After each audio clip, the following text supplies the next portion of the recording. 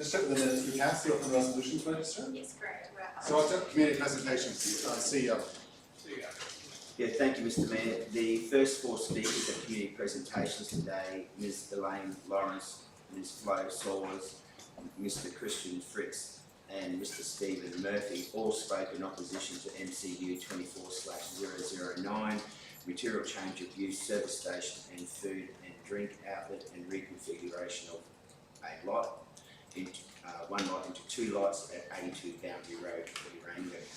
The fifth speaker was Ms. Yolanda Gromit, who requested that Council close Rosendale Park to RVs and campers immediately. The sixth speaker was Mr. David Harper, who raised his concerns in relation to the need for replenishment of beach sand between the wooden boat ramp in Scarness and Aquaview Torquay.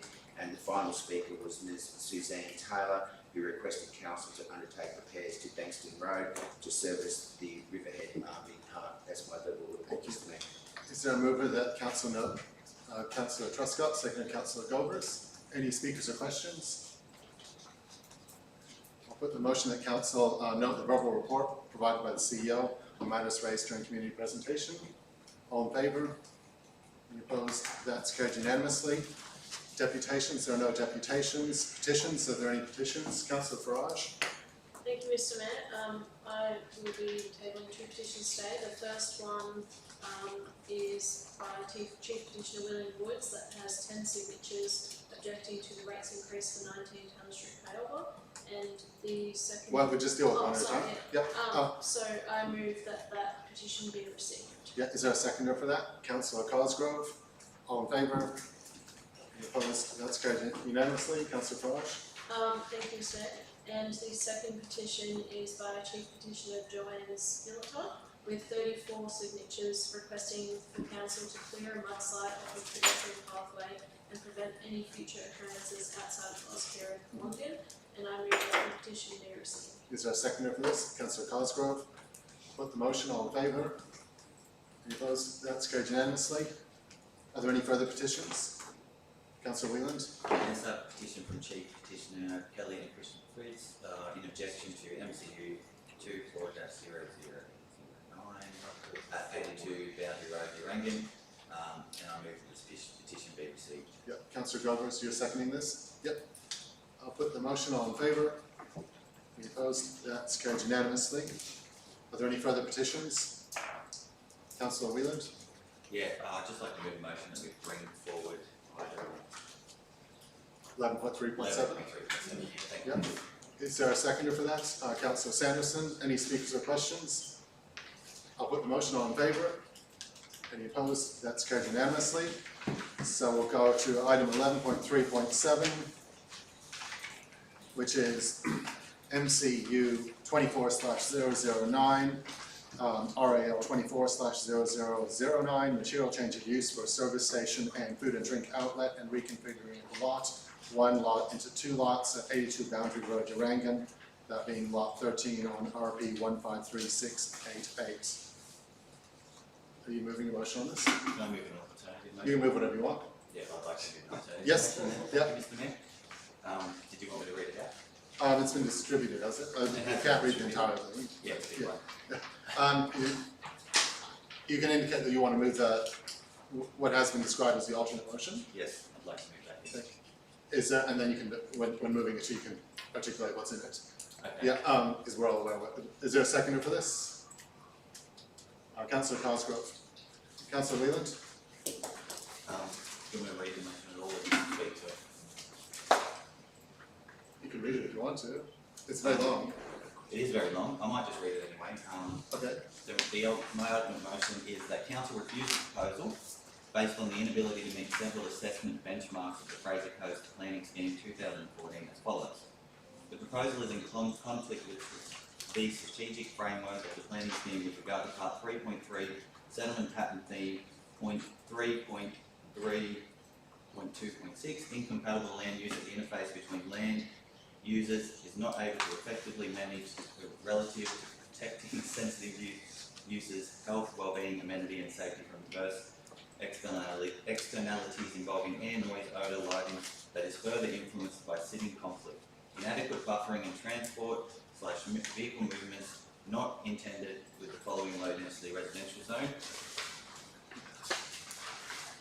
Point 2, the proposed conflict with low density residential code, zone code, purpose 1, overall outcome 2, A, B and C, and performance outcome 3, 4 and 11 as the development is not an intended land use within the zone, does not service the needs of the local community, is not compatible and creates conflict with the ability to protect residential amenities in regard to externality impacts from noise, odour, fumes and lightings that include a safe function for the local road network from vehicle movements. Point 3, the proposal conflicts with the service station code purpose 1, overall outcomes 2A, B and C and performance outcomes 2, 3 and 4 as the development is not located on land zoned for its purpose of an industrial or specialised centre nature, is not adequately separated from boundaries to protect amenity and is not providing for safe and manageable road access. And point 4, the proposal conflicts with the transport and parking code purpose 1, overall outcomes 2B and performance outcomes 2 as the development is not providing transport infrastructure that operates in a safe and efficient manner and creates servicing arrangements not intended for residential area that includes out of sequence infrastructure costs. Thank you. Do you wish to speak to your motion? Yes, thanks, colleagues, this motion I've raised today is firm grounds to decline this development proposal. When dealing with these MCUs, we are often reminded that they may end up in planning court should we refuse it. To this I'd like to make 2 comments. This motion gives clear and reasonable grounds for refusal, and it was stated to many of us on our visit to the Sunshine Coast, where we spent the day with one of their planning team, that they do not allow any developments outside of the planning scheme.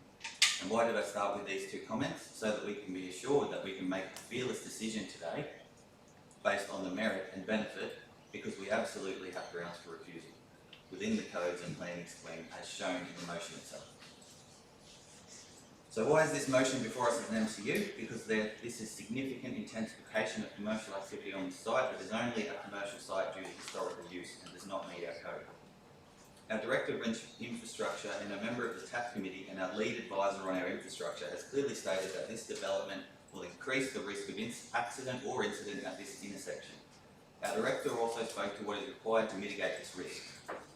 This mitigation risk involves bringing forward significant capital infrastructure works to develop this intersection. It was also stated that if we do this, we must join Hughes Road to this intersection, costing 10, 15, who knows how many millions of dollars.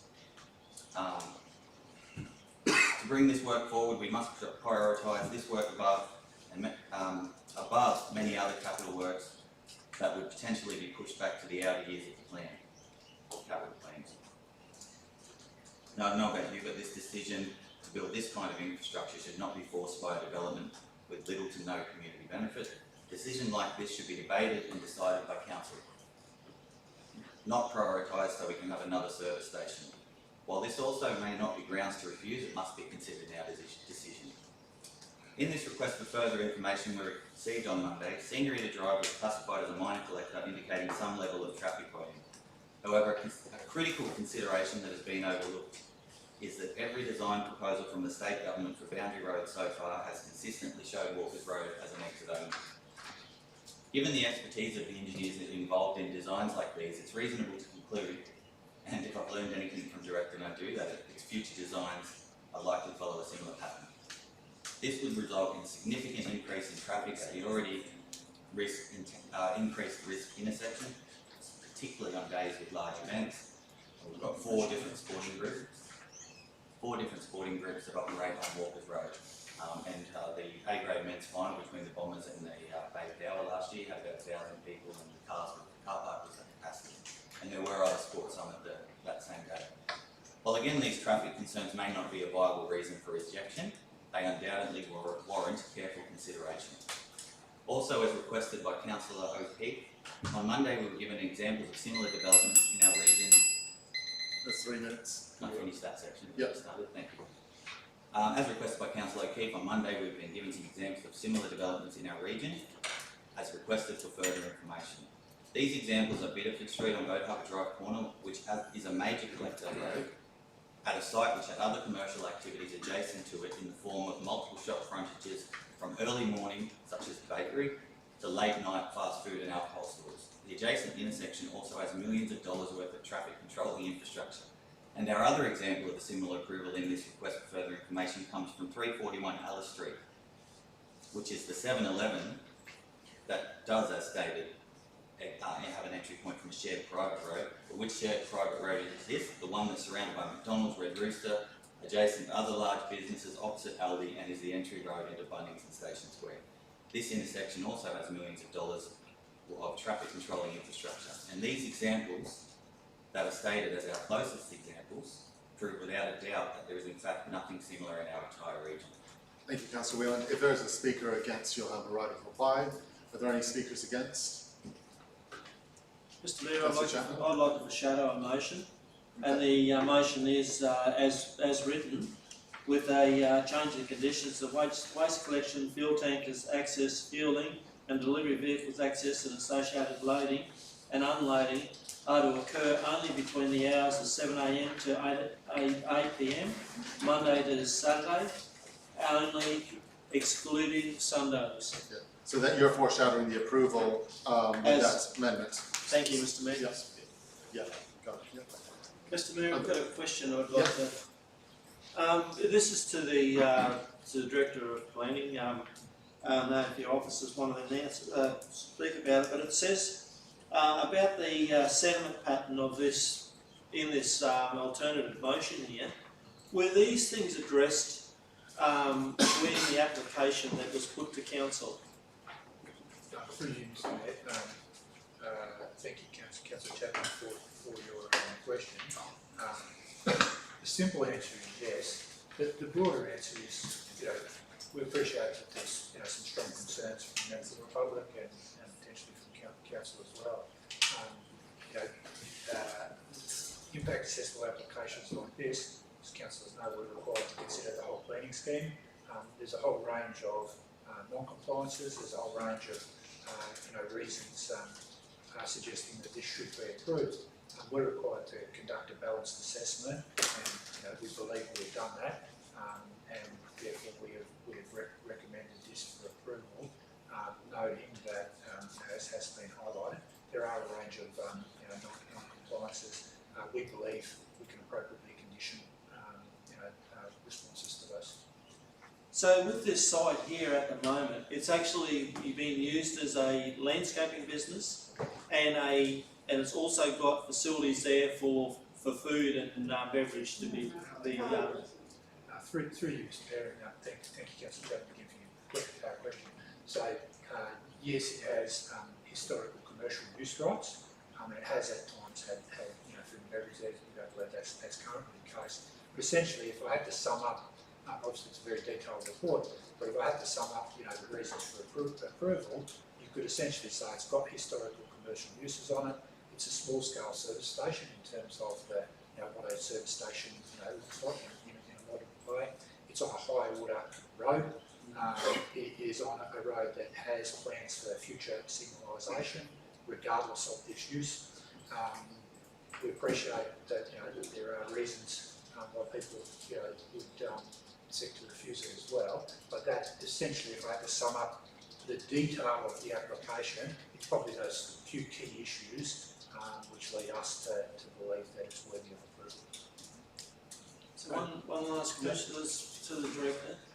So, as you're saying, it's landscaping business now. I know it's been split into 2 blocks to be rezoned, but it's material change of use with the Town Planning Act to build a service station on here. Could they actually build a service station on this site without getting material change of use? No, and I might hand over to my colleagues, Deputy Manager Coburn, just to explain. Yes. Through with the needs indulgence. Yeah. Yes. Councillor. Jamie, could you come up to that chair there? Speak up.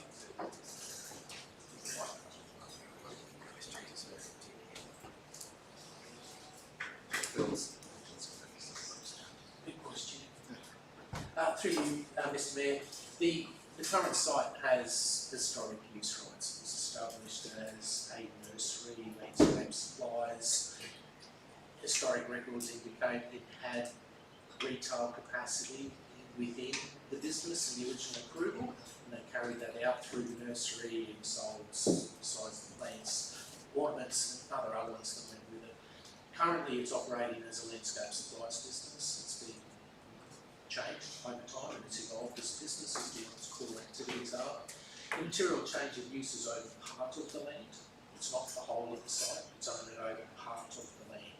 So material change of use is in itself the conversion of one use to another, or by definition an intensification of an existing use. This is a actual change to part of the site, not all of the site, part of the site, and that part of the site that's proposed to be subdivided off as one of the individual lots. That would, in effect, if approved, provide the rights then to do a service station. You would not, and there's no particular zone that exists under the current planning scheme that would allow you to just go and build a service station. It's material change of use. Do you have a question? A question from Councillor Truscott? Yes, a question to the Director. We are controlled by the Local Government Act, and therefore if we reject the original officer's recommendation, there are consequences. Can you describe a few of those consequences, please? Yeah, through you, Mr Mayor. If it costs the ratepayers money, is that what I'm trying to say? Yeah, through you, Mr Mayor. Thank you, Councillor Truscott. It's a very nuanced question because and the answer applies whether council was of the mind to approve the bill or refuse the application. Essentially, the potential impacts are the same. With an impact assessable, unlike a code assessable application where we just consider the application against the planning scheme codes, with an impact assessable application where we're required to consider the application against the entirety of the planning scheme, and therefore regardless of council's decision, it opens that up to further review. If council was aligned to refuse it, it could potentially be appealed by the applicant. If council was aligned to approve it, it could potentially be appealed by submitters who have submitted rights. As is happening right now with another development. Correct. It's not unheard of, even with an approval, for applicants to appeal the decision because of conditions and the like. So the planning system is set up, deliberately by the state government to provide those external opportunities for review when we are considering impact assessable applications. That sometimes does come with costs if you get appeals and the like, but that is a deliberate part of the process in terms of how those things happen. And as I said, with impact assessable applications, it can happen regardless of whether it's an approval or a refusal. But the thing I was asking is, could it cost the ratepayers a lot of money if it was refused? Through you, Mr Mayor, and thank you, Councillor Truscott. Yes, but it could also, as I said, it could also have the same effect if it was approved. I don't think it's an impact assessable application. Thank you. Councillor Byrne?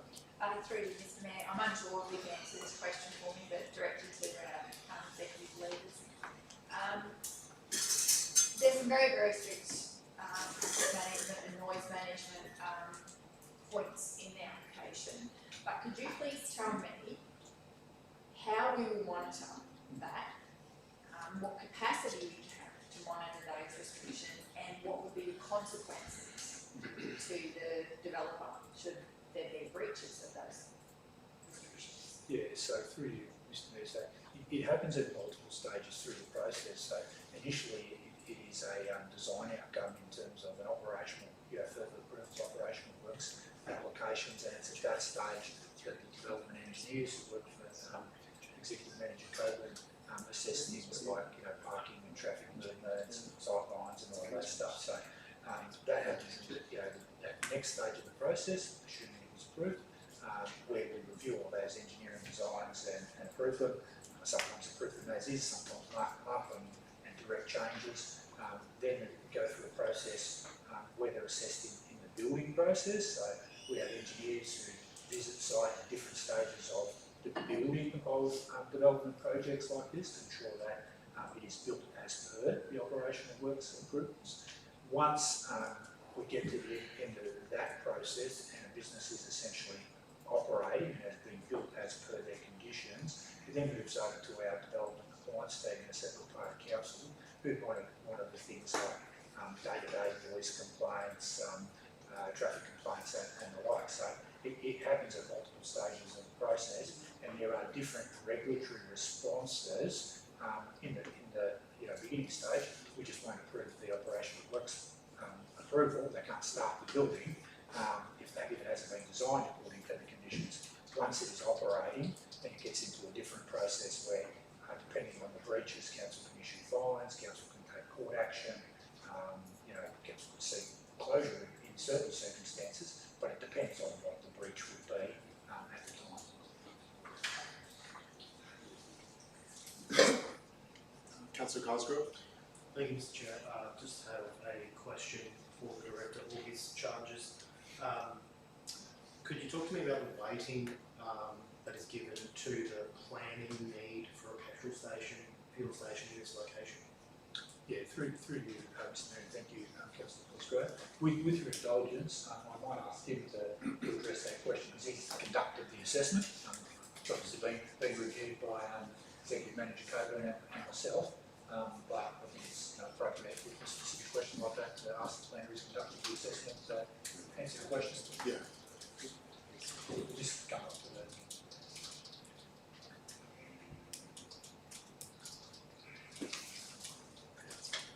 Through the chair, so just to clarify, the question was what weighting has been given to planning need in the assessment of the application.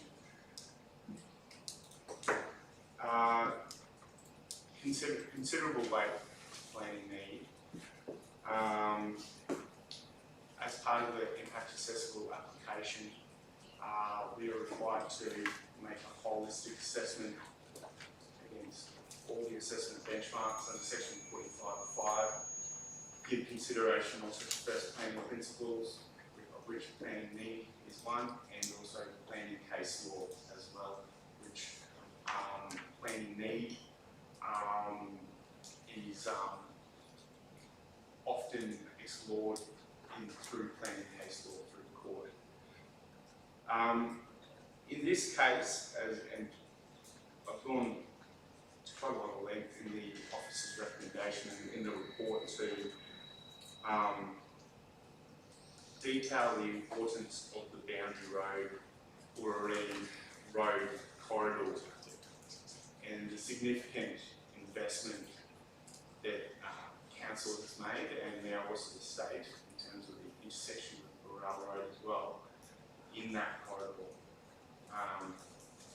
Last year we saw the Boundary Road Extension project completed, and on the back of this work we've had a lot of interest in this corridor from potential applicants, pre-lodgement meetings for service stations looking at other sites. This is the only one that I'm aware of that has eventuated into an application.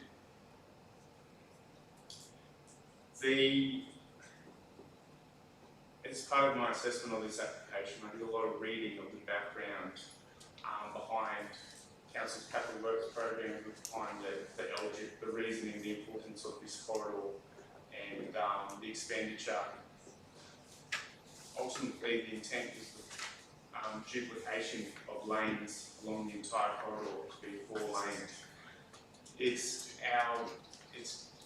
to be our second most important east-west link, and a critical link in connecting the airport to medical precinct. Key to that investment was the desire to take pressure off Boat Harbour Drive and some of the traffic conflict points along that road that we're currently experiencing at several intersections along that road. Ultimately, it's understood that the traffic volumes on this road, once the upgrade works are completed, will rival Boat Harbour Drive. So it's a critical importance in our road hierarchy, and there's no existing or approved service stations along that road. Our planning scheme, particularly the higher order strategic framework, outlines the need to support our road hierarchy, and particularly our highest order roads. This proposal works towards supporting the road network by providing a convenience function to service commuters who are or traffic that is already travelling along that road, so they're not required to use other routes such as Boat Harbour Drive. So I counted 6 service stations on Boat Harbour Drive. As I said, there's none on the Boundary Road or Rawene corridor. Also, looking along the entire corridor, there's very few opportunities for potential service stations as well. And that's generally because of the size of the sites and proximity to existing residential uses. This is a large site, 1 hectare. It's an existing commercial use.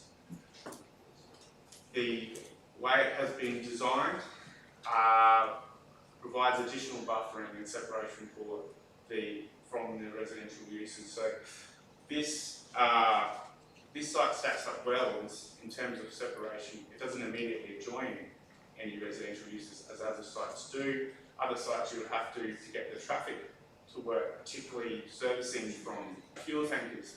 You would have to purchase multiple sites to get those sites to work. And so we've had several pre-lodgements, none have eventuated into an application because they can't get that to work.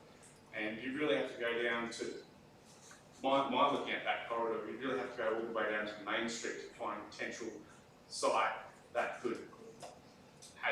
looks like it could be well placed to potentially accommodate service stations. But that's 4.5 k's away, almost 4.5 k's. We can't hear what you're talking. Thank you. Yeah, please remain quiet in the gallery. On this eastern end of the corridor, there's very little opportunity. And as Jamie mentioned, there's not land zoned for it either. Our planning scheme, we have a hierarchy of centres, and at that level we plan for commercial uses, but it doesn't go to such a fine grained detail as required for uses such as the service station. Thank you, Tim. I think you covered the question. Yeah. All right, I'm not sure who's the best for my questions. Might be Jamie, or perhaps Jared or Tim. This is in a low density residential zone. It's well and truly within that. Can you talk me through performance outcome 3? So performance outcome 3 is, well, first of all, the overall outcome. So the purpose of the low density residential zone is to provide for, quote, a variety of low density dwelling types, including dwelling houses. Obviously this is not that. 1A, and community, so this is where you try and fit it in. Community uses and small scale services. This is not a community use. It's not a small scale service. Facilities and infrastructure to support local residents. This is not, they're not building a petrol station for the surrounding 80, 90 votes. So it's none of those. It's clearly it's not a residence, but it's not a community use. It's not a small scale service, and it's not a facility or infrastructure to support local residents. So it doesn't fit that. Overall outcomes further, so then because it doesn't fit the overall outcomes, you'll go to and it clearly doesn't, nobody's making that argument. And so you go to the performance outcomes, and PO3 says development may provide for limited non-residential use, which this is not, including community uses. Again, I ask, is this a community use? It's not under the definition, is it? It's commercial. Emergency services, this is not an emergency service. Sales office, this would not be called a sales office. And shops, limited to corner stores. So that's it. And then if it was any of those, which it's not, you would say which A, directly support the day-to-day needs of the immediate residential community, this is not. B, are of a small scale and low intensity, this is not. C, are compatible with the local residential character and amenity of the area, this is not. Oh no, see, there's some argument that Boundary Road is changing in it. But, and D, wherever possible, are located with other non-residential uses in the zone, and this is not. And E, are accessible to the population they serve and are located on the major road network rather than local residential streets. And this is not. So can you help me understand how you came to an approval when it clearly can't meet the low density residential code? I can probably give you the simple answer, and then Jamie can explain the detail. So the assessment clearly that has been conducted says that it does not comply with the low density residential code. So there's no dispute about that. Essentially, what the assessment has determined is when doing the balanced approach against the entire scheme and the higher order provisions of the strategic framework, things like that higher order road network and the like, as Tim has explained, we believe on balance that there is more to support the application than opposing. I would just make a point before I hand over to Jamie to make some further comments. Councils handle sites like this in different ways. So our scheme, all of our commercial sites that are amongst neighbourhoods and the like are zoned low density residential. Some councils spot zone those. So there is an alternative framework where council, when it did its planning scheme in 2014, could have actually zoned this 1 hectare site as commercial land because it was commercial land. It has pre-existing rights. Our council at that time, as many councils do, decided to just leave those pre-existing rights in place and to not zone it. So councils do that in Can I just ask, what's the point of all that? That wasn't our council position. That's not what we adopted. It's not in the planning scheme. So I'm just interested in why you raised that. We didn't do that. I raise it because it's a 1 hectare commercial site with commercial use rights, and part of the assessment is that this is one commercial use seeking to operate on land which has rights for commercial uses, different type of commercial use. So that's why I raise it. Your point is that it doesn't meet the low density residential code. We acknowledge that. The assessment clearly says it does not meet that code. The assessment also clearly says that this is a commercial site which has rights for commercial use, despite the fact that we've zoned it as low density residential. But those rights are under the planning scheme. For example, performance outcome 3, which it doesn't come close to meeting. And again, we acknowledge that in the assessment. Looking at the entirety of the scheme, we believe that there is, on a balanced assessment, there is more to support it than to oppose it. I'm not disputing anything what you're saying, that there are non-compliances, and the assessment makes it very clear that those non-compliances exist. But Jamie, did you have any further comments? Yeah, thank you. Very good. Through you, Mr. Mayor. It is a very good question, and it's a very valid question. It's one that will be presented to the council meeting, not just now, but in the future as well. Once upon a time, going back to a few previous acts, this would have constituted a rezoning application, and then we would be considering the use in the context of a zone that had been to establish in a compliant manner.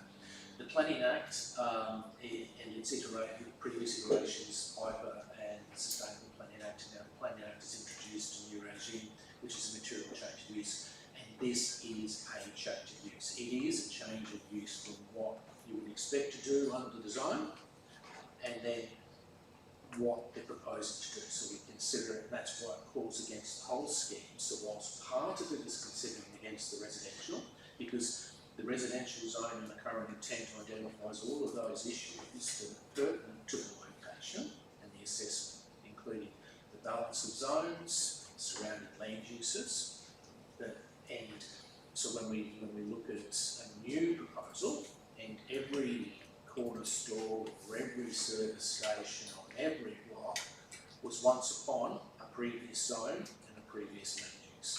The evolution of our areas, and what Tim was talking about there, is that this is a clearly evolving area where there will be, for the purposes of the scheme, you need to establish convenience for travellers on that road without them having to divert back to other roads and change traffic.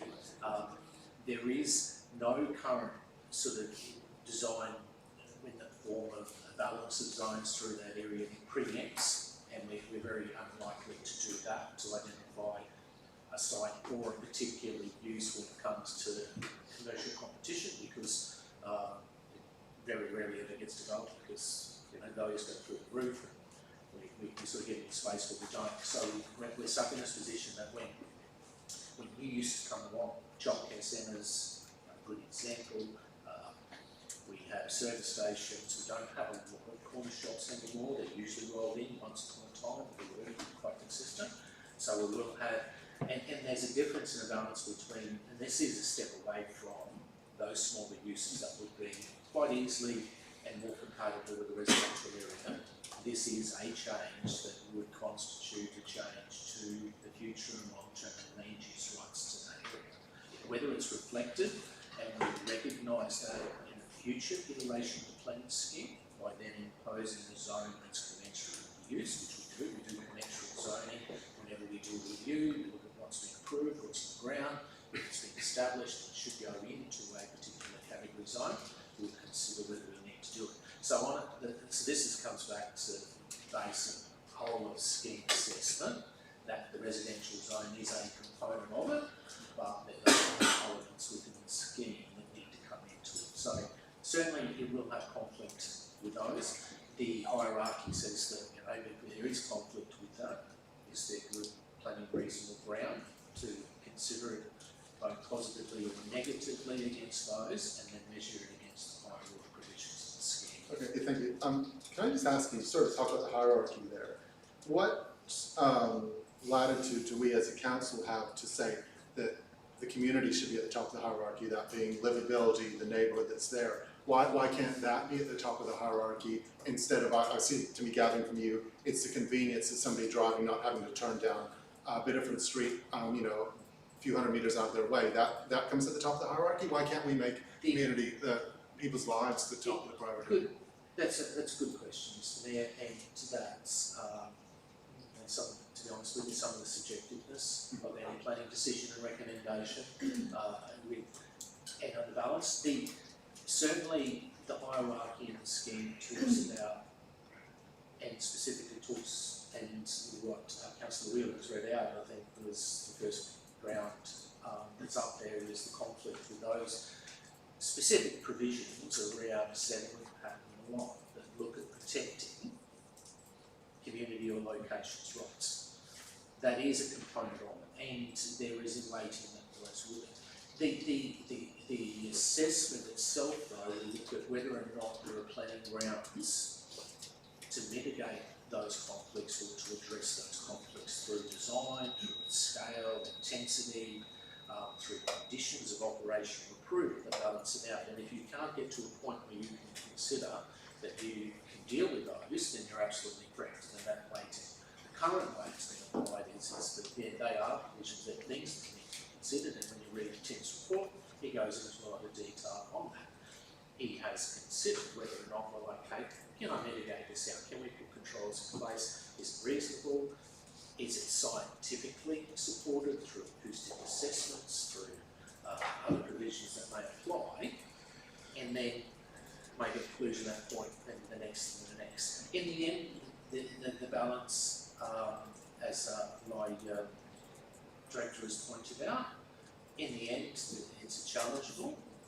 Councillors and officers have every right to consider that they may wish to rebalance that if they consider there should be more weight given to a particular point. So that's what Councillor Wheeland has done in terms of health, well-being, amenity and safety. Yes. So those specific provisions, obviously, we would consider the whole thing as follows. The scale, the location, what's happening, the evolution of the area that is evolving, the need, and is actually... Can I ask about that, the need? Yeah. I mean, we've had a lot of new petrol stations open in the last 18 months. What is the need? So, why do we need another one? Yeah, planning needs an interesting beast. There's two elements to it. One is that we're not in a position where we can be commercially obstructive. Our laws and our policies and implementation say that we can't create monopolies or control commercial or disadvantage or advantage. Need comes down to, is there a operational demand in that area, or is it evolving such that it will provide a need for that service to happen? The second part of need gets around the land use itself, which comes down is normally you would consider, is there other appropriately zoned land in the location or the area? That's what Tim's getting to, because normally there would be a need, why would we need this when we've got all of this other land already sitting there vacant for that particular purpose? It's probably a simple way to put it. We don't necessarily plan for service stations. As you see, we've seen evolution and quite a significant number of them in a short period of time. But it's where there's, to service the travelling population, particularly on that road, is there a need for the convenience of a service station to support them? And it's, sorry, I won't keep closing out with the, in that particularly, the need and that road is generating, it's been generation from, particularly with its current and future function, beyond the local service centre. Any further questions? Councillor Wheeland? Councillor Chapman? I just got a question to the director. It's in this motion here, it's saying for boundary roads, particularly Mendy, and this here is not providing a safe and manageable road access. This service station is stating that it's not providing a manageable and a serviceable road access. Or maybe that's a question for the planners, but go back to the engineers. Has that been addressed in your application to make sure that it is safe? And item 4, if you read in there, it says it conflicts with the transport and parking code proposals. Through you, Mr Mayor, and thank you, Councillor Chapman. I might answer it quickly if you want further information. I'm happy to get the plans to provide further detail.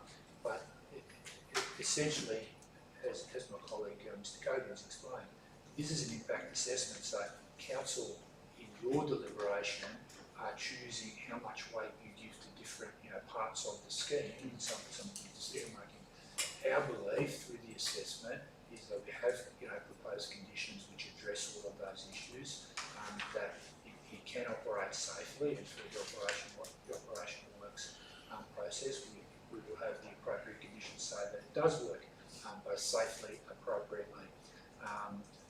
It is within council's remit to form a different opinion on that.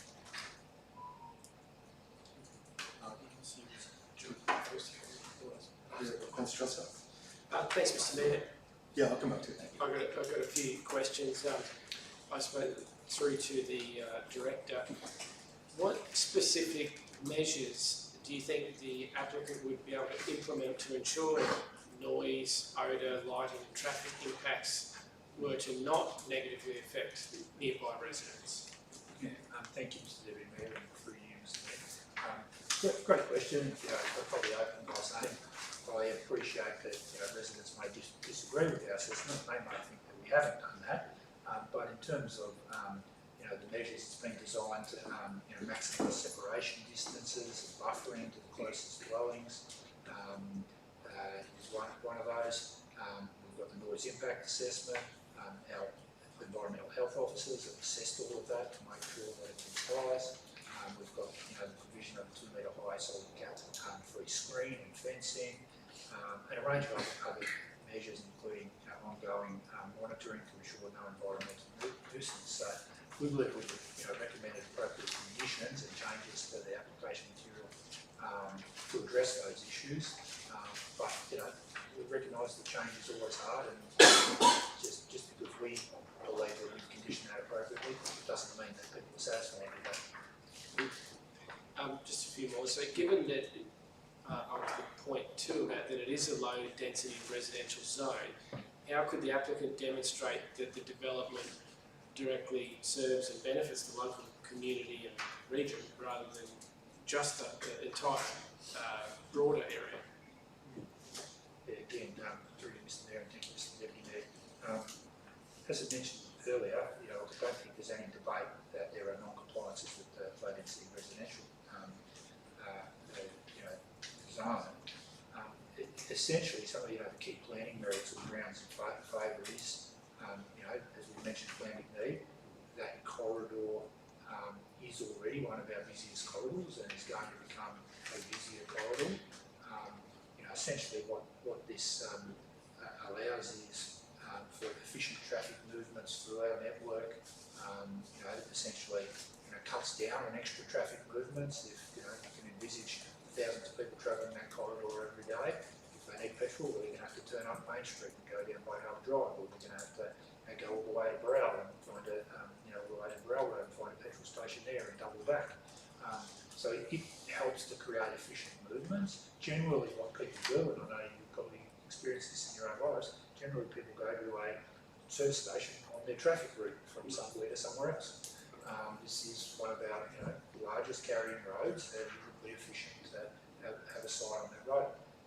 As Tim has mentioned in his assessment, we've had other sites along this road where people have looked at opportunities and provided planning advice to those people that they are not appropriate sites because they don't have the appropriate separation distances to neighbouring properties. They don't have those historical commercial uses and the like. So this is a specific assessment on a specific site where we believe it stacks up and does provide a whole range of amenity for both local residents who might want to go and buy food or petrol who live in the general area, as well as that large volume of traffic which will go past the site every day.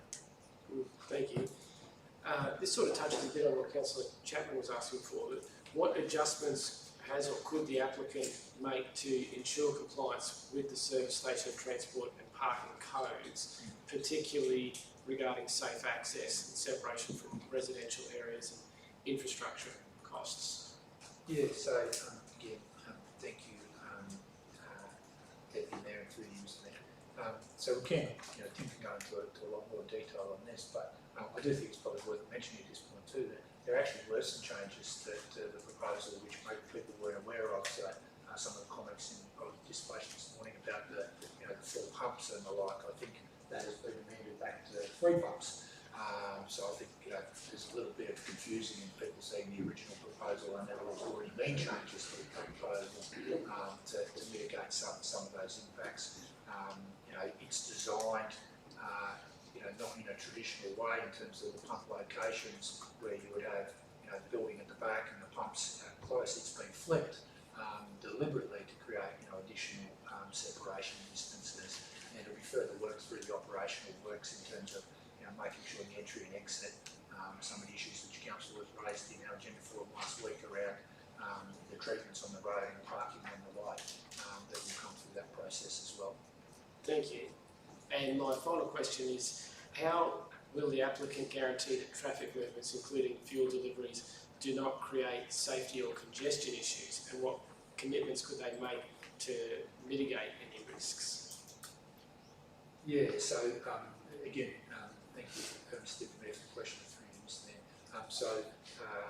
Noting that that's not the motion that you're considering at the moment, but the alternative motion moved by Councillor Chapman includes some extra conditions around deliveries, limiting the hours of deliveries of those types of things, making sure they don't happen on Sundays, putting some type controls. This is not a large scale service station that operates 24 hours a day or anything like that. It is essentially going to capture that traffic which goes through the site largely in daytime hours and into the early evening. So it's deliberately conditioned, noting that that's not what you're considering at this stage, to address those impacts. Thank you, Director. That's Councillor Willows. Yeah, my first question is, we're talking about this major collector or major corridor, and can you name one other major corridor in the whole region where we have put a servo next to it with both entry and exit on a low density residential street in the last 20 years?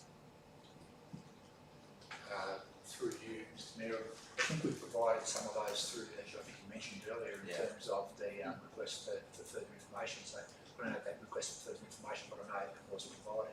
I will address the broader question though. I appreciate Council's discussing your motion at the moment and have a strong opinion on it. Our assessment is that, you know, this is a major traffic carrying road, as has been mentioned, our second highest order road. It is not unusual for a service station to operate from that, particularly when you consider the future state of a four-way traffic controlled intersection, and to take that traffic out of the main carrying lanes and not interrupt the through traffic.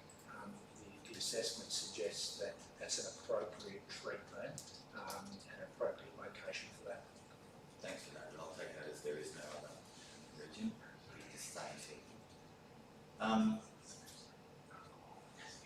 Is it true that there is a servo 1 kilometre down the road that would take about 40 seconds to drive to if you were driving, as well as another servo about an additional minute away, and then an additional service station another minute on top of that?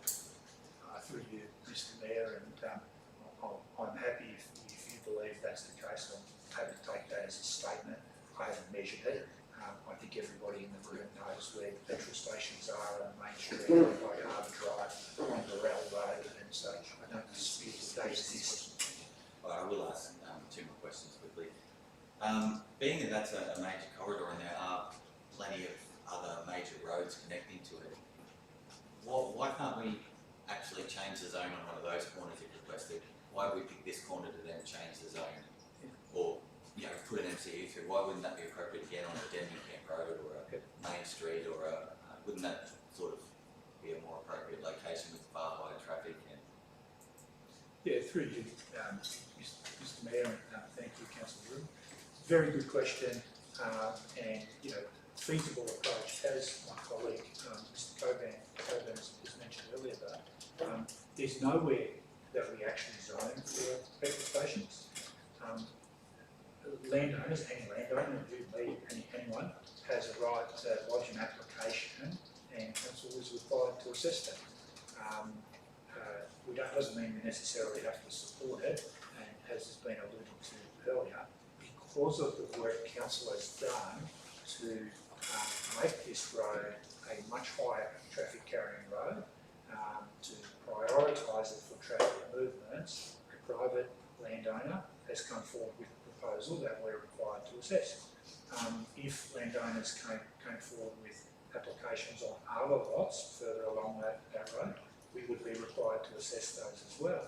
As my team have alluded to that, we would normally do that at pre-launching stage first and give some feedback about what we think the prospects of success, and much of the rest of this corridor has more conflicts, less reasons to support such a proposal than this application here today does. Our Executive Minister Coburn spoke of the future long-term land use and evolution of the area. Is it true that we, in previous council, attempted to do a Uranian South master plan that ended up falling over due to drainage, flooding, the need for reclaiming land and whatnot? Yeah, through you, Mr. Mayor, and thank you again, Councillor, for the question. I wouldn't say that it fell over. Essentially, we went through a planning process, which is a standard thing that councils do. So, as the Fraser Coast has grown very, rapidly over the last 20 years, essentially council endorsed a process a number of years ago to see if we could get higher densities in the Uranian South area. A whole range of work was done. The council considered a number of things. Because of the fragmented land ownership in that area, it was determined that it wasn't worth the expense required to upgrade the drainage, given. Question for Director Naidu. Would you be able to speak a little bit to some of the safety concerns? I know we have a concern that the in driveway moves a lot closer to the intersection. Just with your expertise, can you just understand, and if you have any concerns with that change? Yeah, thanks for that question, Councillor, to Mr. Mayor. The intersection of Boundary and Senorita, it's a four-way intersection now. It used to be three-way previously. The safety concerns regarding in any four-way intersection, there's always a risk, and doesn't only apply there, it applies to every other four-way intersection. So sometimes the risk increases because of driver behavior, traffic volumes, so there's a round of factors that drives those increasing risks. In terms of that particular development, and I mentioned previously as well, it depends which perspective you look at.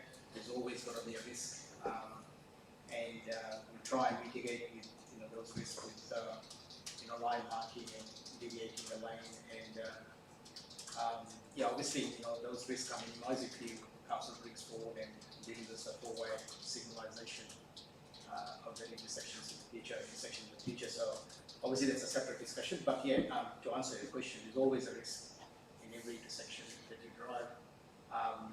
We try and do our best to better sign, line mark, proper visibility and all those sort of things. But it really depends on how motorists are driving. It's how experienced they are, type of car.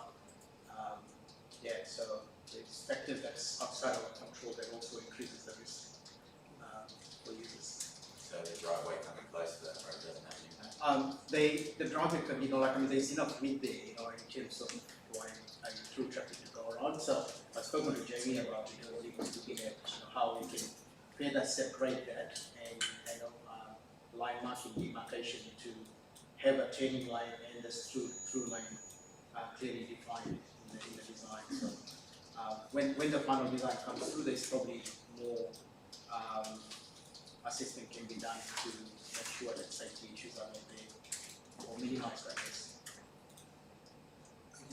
I've just got one last planning question for the Deputy CEO. Can I take you to page 786 where you're responding to the submitters? And for me, the most sort of relevant issue is that one, concerns the proposal will be inconsistent with local residential character and visual amenity. The very last sentence, the last paragraph says, on balance, which must be a lot summed up in that, it is not considered that the proposal would significantly detract from the existing streetscape, local character or visual amenity of the locality. Now to find out how you got to that, if you just go back one more sentence, where it says, the residential uses on the opposite side of Senorita Parade from the subject site are orientated towards Bluebonnet Court with rear fencing facing Senorita, I know Spanish, I should be able to say it, Senorita Parade and the subject site. Now, I spend a lot more time in my backyard than I do my front yard. My backyard is more special to me than my front yard. I can see on the aerial maps there's a swimming pool in one of those backyards. Why are we being so, why would we say that? We even mentioned that, no, it's just their backyard facing this, it's not the front yard. Yeah, through you, Mr. I appreciate the question. And I might let Tim, who's done the assessment, answer why he's written that. I think what you're alluding to, though, is different people use their properties in different way and value different things. But if you look at these properties, they don't have much of a front yard. Yeah. I mean, look at them. Yeah.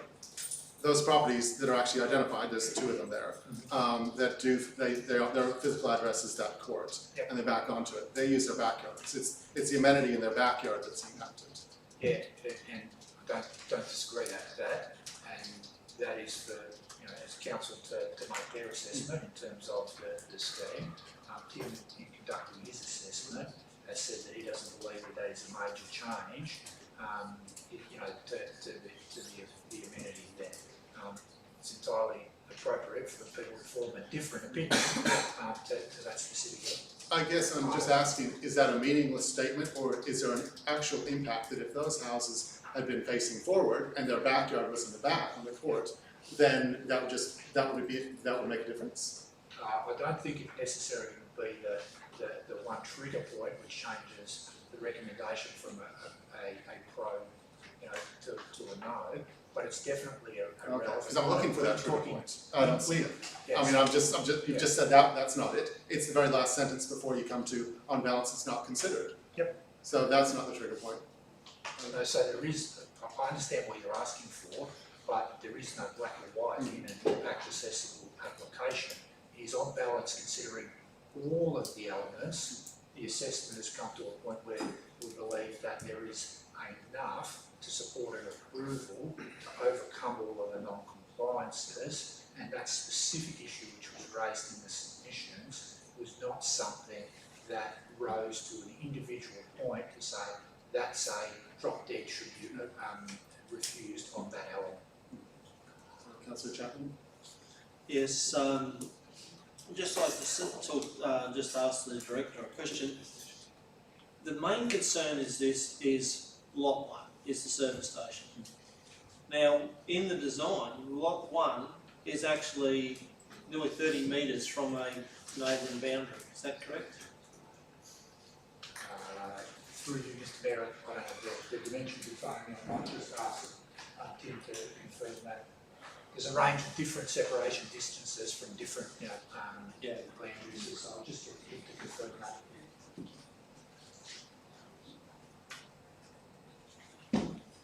Through the chair. So the closest dwellings are to the west, on the opposite side of Scenery Parade, which is a 20-metre wide road corridor. No, I'm looking at the boundaries, Tim, the boundaries of the site itself.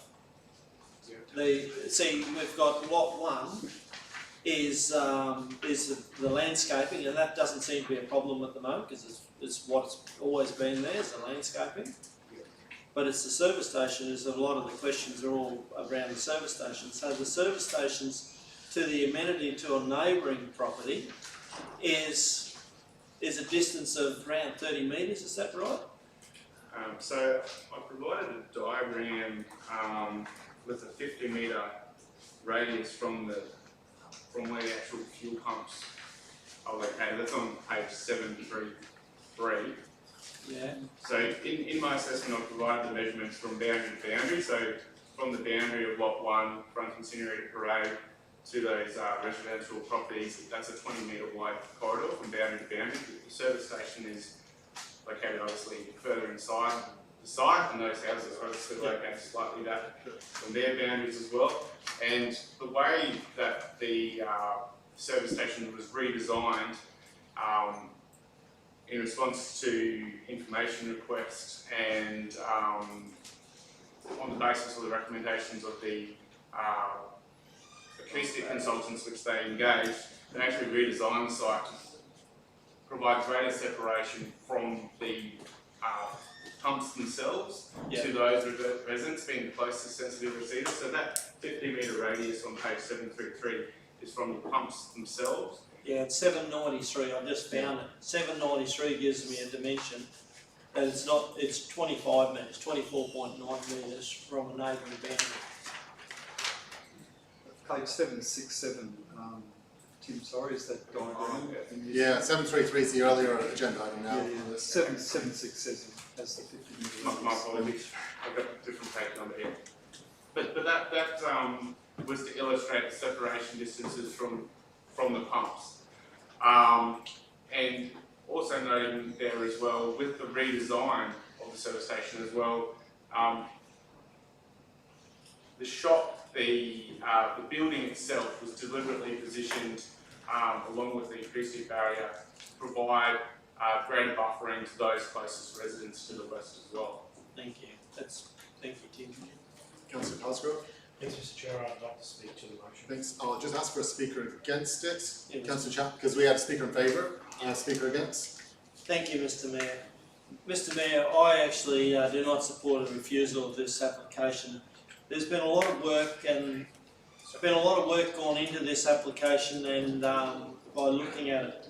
But some of the things that I look at is I look at the sentiment of the residents who live in the region and in the area, and I look at and we went through the same scenario in the last term of council with On Creek Road in Maryborough with the service station extensions to using putting a car wash in there, and the community all got together and virtually said, we don't want it in our backyard, we don't want it near us. And when we actually, as a council, we've got to do our job and look and see what is the best for the community. This is a large growing area, as with this corridor. The reason we pushed for Boundary Road, Extension Road to go through was we're looking at that as to be our major east-west corridor, because we've got to take, in the planning of transport, we've got to take traffic off Boat Harbour Drive, which is very congested at the moment. This is working. This is working of opening up Boundary Road as a corridor, but it's also putting more traffic down this road. This is going to be a 4-lane road going past these residents' houses down through that area. And there's a lot of design going to come into it, is how traffic flows and everything like that. There was a comment the other day that this intersection is going to fail.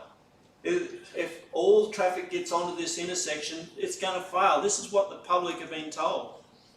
Our engineers will actually redirect traffic and work away. A great option that I've seen is with a large number of traffic is using left in, left out.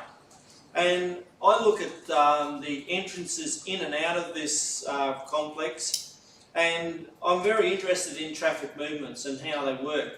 And one thing I just feel is, I think it's going to be better, because at the moment, when you look around this landscaping business, there's a lot of vehicles that park on the footpath out in front of that. This system here, the cars will come off the street, go in, use the service station, use the coffee shop, and then go back onto the street down the road. One other thing I look at is the major concern is about a service station, and there was concern said there's a lot of runoff. Like, what happens if fuel runs off and runs into residents' places?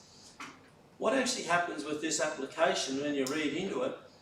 Every bit of water on this side is collected and treated and put through a separator and then put out into the system. So everything is treated off this side. So this is a busy corridor. There's a lot of hard stand service where the water is collected.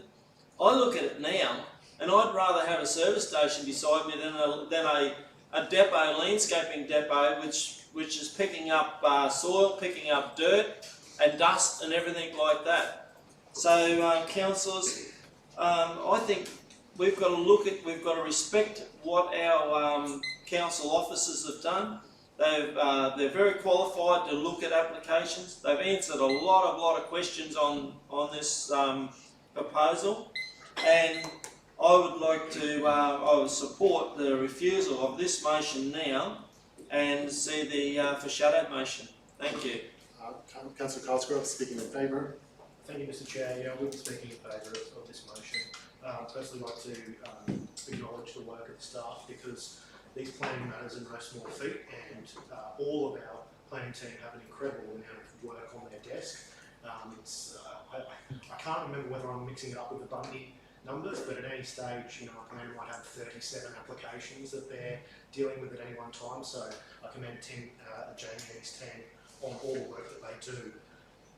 As we have acknowledged in this discussion and in the course of an email chain that went back and forth earlier in the week, planning is a balancing act, and it's about finding a balance amongst what are often competing performance outcomes, and working out what we value, essentially. And in this case, when I undertake that balancing exercise, I come up with a different outcome to our planning team, notwithstanding the hard work that they've done. So I think the biggest argument for approval of this application would be the good functioning of the transport network, but I just don't accept that that is a strong enough reason to get this one over the line. The director mentioned that, you know, one of the key reasons for choosing a fuel station would be convenience and location, but I can certainly think of a number of other reasons, such as price. I select on brand because I want to put BP Ultimate in my car. You know, you may have a fleet car, we have a specific petrol station that you need to go to. So if, you know, perhaps that convenience was, in my mind, the absolute outstanding number one, then I think that would be a reason for selecting a petrol station. And I think that may change my mind, but I don't accept that. I'll be driving to the BP on Main Street or the BP on Burrell Road. In my case, and I'm sure others can relate to different reasons why they would select a fuel station. So that being said, I just can't get across the line with the planning need when you balance that against the amenity impacts and the like. So I'll be supporting this motion for refusal. Thank you. Is there any further speakers against? Councillor Truscott. Thanks, Mr Mayor. I'll just to reiterate the comments from Councillor Chapman and just the concerns that this is the second most important link road in the bay that we've heard. It's the main connector from east to west, takes pressure off of the other roads, and I do appreciate the concerns raised by the residents that are close. I understand their emotional reasons for that. I understand some of the traffic reasons in that we've heard this morning as well, but I also understand that they're reasons that we can't use when making these decisions. And as we heard, council can't be commercially obstructive, and I don't think we should be at all. There has been changes to mitigate the impacts already, as we've heard from the director, and I support the application, so I can't support this motion. I'll speak in favour of the motion. I believe this application should be rejected. I've read through the report looking for the justification of why a petrol station should be allowed in what is low density residential zone. I've read the report and I can't find the justification. Today I put questions to the officers to find that justification. I've seen in the report where it goes from saying that it doesn't affect amenity because it's their backyard, not front yard. I see in here that it talks, I cannot see the justification for us allowing this. I can't see it on the performance outcome number 3 or any other town planning matter. Basically on all grounds, on planning grounds, I believe this should be rejected, and I'll be supporting Councillor Whelan's motion. Are there any further speakers against? Councillor Truscott? We're voting on the refusal of John's. Yeah, Councillor Whelan's motion. Councillor Chapman has put forward a foreshadowed motion for approval. Are there any further speakers against? Are there any further speakers for? Any further questions? You have a right of reply, Councillor Whelan. Yeah, I'll take that just to reiterate that it doesn't meet several planning scheme benchmarks. So keep that in mind, and it's also intensifying a site from 1 commercial entity to 3. We've heard a comparable service station in Maryborough. I don't think that's a fair comparison because this was already an existing service station. And there's other businesses in the area that are already struggling. The Robert Street's a great example. I think this would put further pressure on them. So yeah, happy to have a conviction there. I'll put the motion. This is the motion moved by Councillor Whelan, seconded Councillor Cosgrove, I believe. And if this fails, then we go to the foreshadowed motion. All in favour? 5, 6, 7, 8, 9. All opposed? 2. That's carried 9-2. So we can move to the next agenda item. Yeah. So that covers that agenda item. The application has been refused. Okay. Councillor Cosgrove? Mr Mayor, put before it, I'll move an adjournment for 3 minutes. Okay. Is there a second for that? Councillor Farage, all in favour? Opposed? That's carried unanimously. We're adjourning for 3 minutes.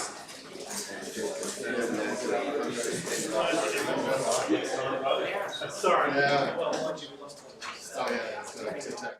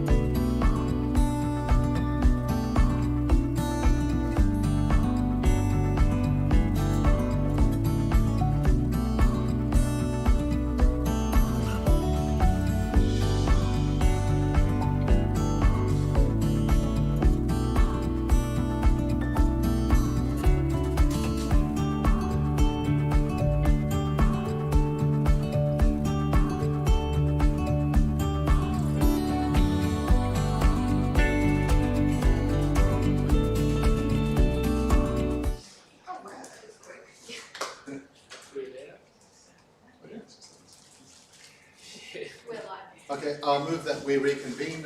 Secretary Councillor Sanderson, all in favour? Any opposed? That's carried unanimously, 10-0. So the next item is at 9.2, the request for a zebra crossing for Maryborough Special School, pages 72-74. Moved Councillor Paul Truscott, seconded Councillor Phil Truscott. Any speakers or questions? I'll put the motion, all in favour? Any opposed? That's carried unanimously. Okay. Yeah, you said we're gonna move forward.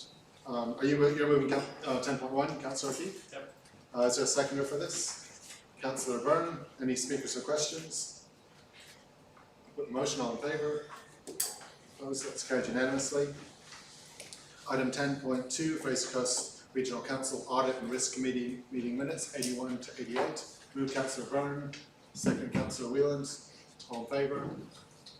Opposed? That's carried unanimously. Item 10.3, informal meetings, record of matters discussed, pages 89 to 108. Is there a mover for this? Councillor Govers, second Councillor Phil Truscott. Any speakers or questions? I'll put the motion, all in favour? Any opposed? That's carried unanimously. Item 11.2.1, councillor meeting attendance for April 2025, 109 to 111. This move Councillor Chapman, second Councillor Govers. Any speakers or questions? I'll put the motion, all in favour? Any opposed? That's carried unanimously. Oh, sorry, let's get 9.2, sorry, the Truscotts. Item 11.2.2, attendance at the 2025 National General Assembly of Local Government. This is on page 112 to 113. I understand that it is practice or formality that we send 2 delegates. That's right. So if there are more than 2 people who wish to do that, we will conduct a ballot. I'll move that standing orders be suspended to call for nominations, debate the merits of nominees, and conduct a secret ballot to determine the preferred delegates to attend the 2025 National General Assembly of Local Government. Is there a seconder for that? Councillor Farage, all in favour? Any opposed? That's carried unanimously. Does anyone want to be a delegate? Councillor Cosgrove? Yeah, Councillor Govers? That's it, we need a secret. Oh no, there might be more than 2. No. Okay, that makes it easy. Okay. Discussed it last week. Okay, I'll move that standing orders be resumed. Is there a seconder? Councillor Farage. All in favour? Any opposed? That's carried unanimously.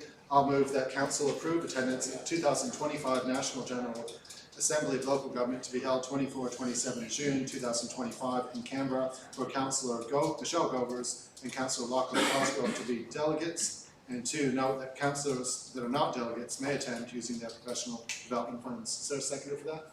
Councillor Paul Truscott. Any speakers or questions? Yes, Councillor Cosgrove. I'll speak briefly, Mr. Mayor, and just to thank my colleagues for the opportunity to represent our council at the conference. I will say that I think any of us could do a pretty good job. We don't have a lot of contentious motions. I was looking at the previous agenda from last month. They're all pretty much home runs if you're in local government.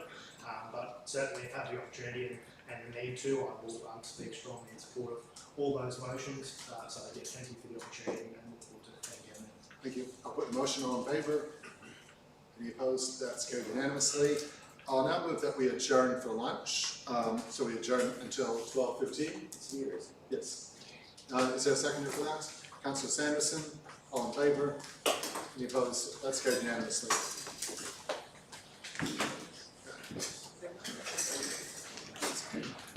We just get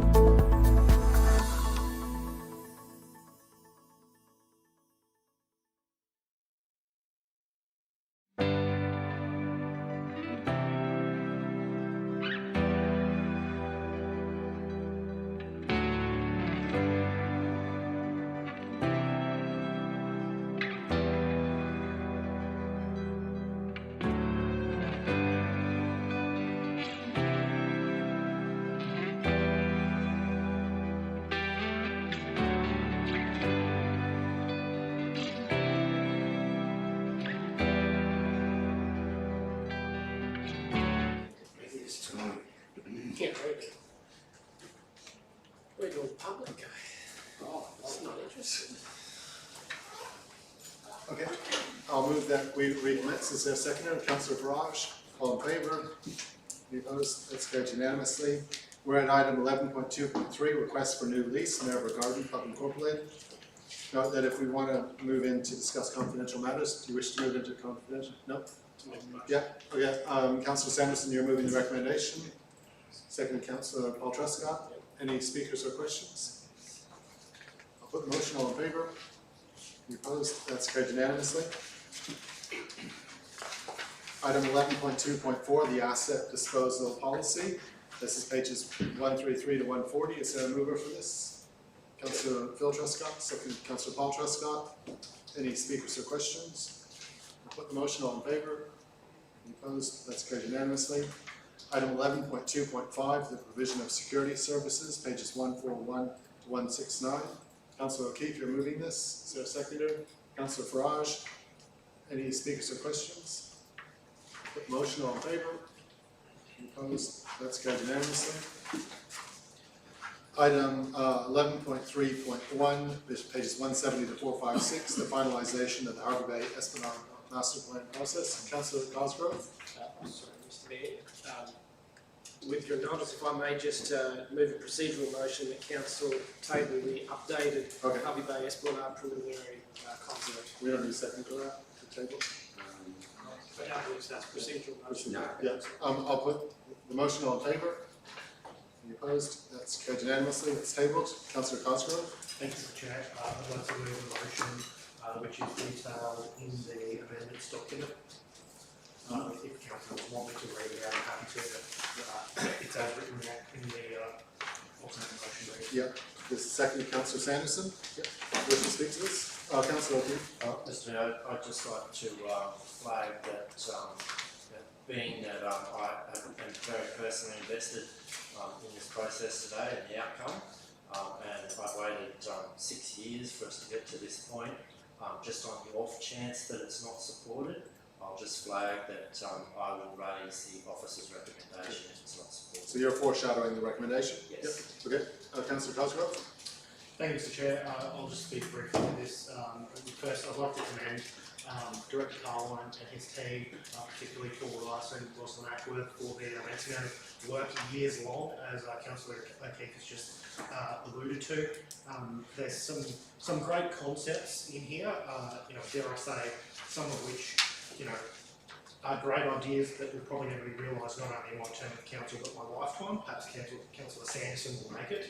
But yeah, I think ultimately it's great to have ideas and vision, and the reason that I'm moving a slightly different motion, adding a point forward to the officer's recommendations, it's great to have vision, but it's also very important to have clear direction and make sure that the rubber meets the road, and that we set a direction for, of those 18 priority projects, what is the priority? And I'll speak briefly to the reasons why I think pathway widening from the Pier to Parrawhina Park is that project.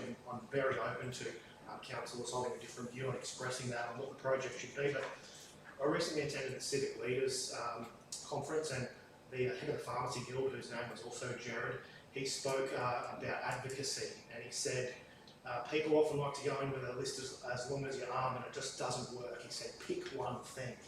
And I think in terms of the Esplanade and recognising, realising projects for the Esplanade, I really believe that this project, if we can get it through to the completion of detailed design, is a really strong piece that we can use as an advocacy piece to the state and federal government, which, if you put yourself in the shoes of a state or federal politician, I think it's a really attractive project to want to put your hands on, to really make it so that, one day you can start in the CBD of Maryborough, ride your bike all the way to the Uranium Pier, and then ride all the way to Gattaca's on an amazing path that's purpose fit for the immense amount of traffic increase that we're seeing in terms of pedestrian traffic. I think a lot of us would have a story of almost being cleaned up on that fairly narrow, in parts, Esplanade pathway. My puppy was almost killed when he was probably about 5 or 6 months old from a bike coming too close. So that pathway widening, I think, is a big picture project that we can make tangible and then have a really strong case for advocating to other levels of government to get a big check. We might be able to do it over 10 or 20 years, but they might help us do it over 2, 3, 5 or a shorter time frame. So that was the thinking behind that addition to the officer's recommendation. I would commend the motion to councillors and just once again say well done to our staff for all the amazing work and the great concepts as well as the design intent and principles and the priority projects list that we see today. Any further speakers or questions? Councillor Farage? Thank you, Mr. Mayor. I'd like to support the alternative motion that my colleague Councillor Lachlan Cosgrove is putting in, and just reiterate that today we are putting hard years of work into action, and I'm really proud to be a part of a council team that is committed to delivering real results. You know, we will see tangible outcomes from this. The Harvey Bay Esplanade is part of the heart of our community. People come together to celebrate birthdays, weddings, sporting events, markets, families create lifelong memories, businesses thrive and people connect with nature, and it's a really, really important part of our community, and I look forward to seeing tangible outcomes. And I think that, you know, widening our footpath from the Random Beach Parallel Park is just the beginning of what will be a fantastic community asset.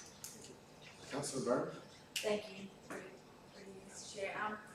I would like to thank everybody who's been involved, and I am really keen to see this put to the public and have a plan providing clarity to our community and also our staff as well. But to see this on paper does actually formalise our ability to lobby all levels of government to actually achieve an outcome of some sort that is, like Councillor Cosgrove said, tangible to the entire community and tangible to the entire region. With our ever-growing community in mind, I think it's imperative that we have some sort of planned outcomes and some sort of dedicated forward motion from this point forward. So therefore, I agree with Councillor Cosgrove on this one. Any further speakers or questions? Councillor O'Keefe? Thank you, Mr. Mayor.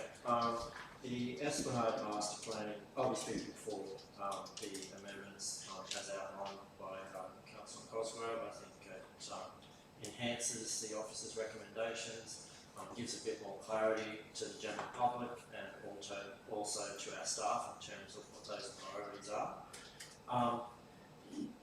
As I mentioned before, I'm very invested in the outcome of today's proceedings, and I'm just so pleased that we are now at the point of finalisation and implementation stage. The Esplanade Master Planning project began in 2019. That is nearing 6 years ago. Today's decision will finalise this process with the adoption of a formalised implementation plan. And being that it is such a momentous occasion, with your indulgence, Mr. Mayor, I'd like to formally read from the report, just to outline where we've been and how far we've come. I'll try to be brief, under the 3 minutes. Councillors, the purpose of this report today is to seek council endorsement of both the high-level design intents for future Harvey Bay Esplanade enhancements, as well as the initial list of high-priority projects which will be used as the initial slate of projects for prioritisation by council's design and construction teams, who will commence implementation of the master plan outcomes in the 25-26 year budget. The current Harvey Bay Esplanade Master Planning project has been a prolonged project of multiple stages which has been undertaken across several council terms. The 2016 to 2020 council were a part of the process. The 2020 to 2024 council were a part of the process. This council is going to finalise the process, and we are going to move towards an implementation plan. And I think that that's something worthy of celebrating. Again, I'm just really thrilled that we're at this point, and I hope that I have the support of all of my colleagues for us to progress to this next stage. Thank you. Any further speakers or questions? Councillor Chapman? Mr Mayor, thank you. I'd like to speak for this motion, especially with the widening of the Esplanade, but it's also about the work that's actually gone into this master plan. There's going to be further consultation with our community, with things that we're actually going to bring forward and what we're going to do. But it's like this is just another piece that, as a council, that you need as an advocacy document to go to the state government and state and federal government. But the state government are also talking about access for people for walking and cycling, and this is a great opportunity to get funding towards this. But this document is not only just about looking after the Esplanade. It's also it's a document that this council can use for showing that we're actually we're planning. It's a bit like the Fraser Coast Integrated Transport Strategy that we're actually, that document highlights what we've been looking at is how we're going to do into the future, how we're going to do our transport. And this document here, there'll be things that will be taken out of that can actually be used in other areas, I feel, that could be used also on the Esplanade, such as pathways and everything like that, to try and get a similarity across the whole region. So thank you, Mr Mayor, and I do support this motion. Thank you. Any further speakers or questions? I'll put the motion then. All in favour? Any opposed? That's carried unanimously. Item 11.3.2, the Park Strategy 2041, pages 457 to 543. Councillor Chapman, you're moving to adopt this. Yes. Is there a seconder? Councillor Farage. Any speakers or questions? Yes. Oh, Yeah, sorry. so you can go first. Oh, thank you, Councillor Chapman.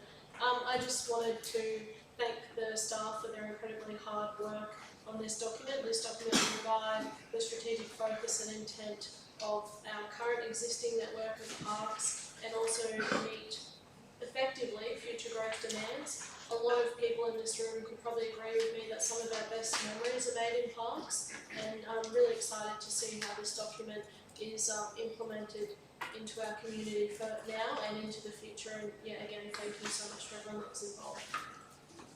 Any further speakers or questions? Councillor Chapman. Mr Mayor, I'll actually speak to, I move this motion, so I have to support it. So, but what I'd like to say is, this is to show that this council is getting off the practice of doing things ad hoc. We've got a document now that we can actually work on, and we can look at our parks and where we need parks and where we don't need parks, and with distances and what facilities we actually put into those parks.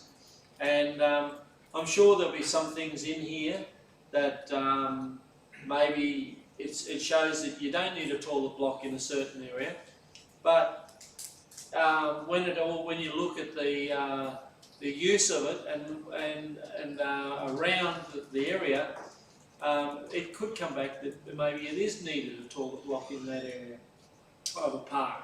But this just gives us a base document to look at to say what is actually needed in what park. And I just feel that I'd like to thank the staff for all the effort. I know there's been a lot of time, but also a lot of footwork gone into going out and counting the assets, measuring footpaths, measuring how many drink fountains there is and seats in some parks.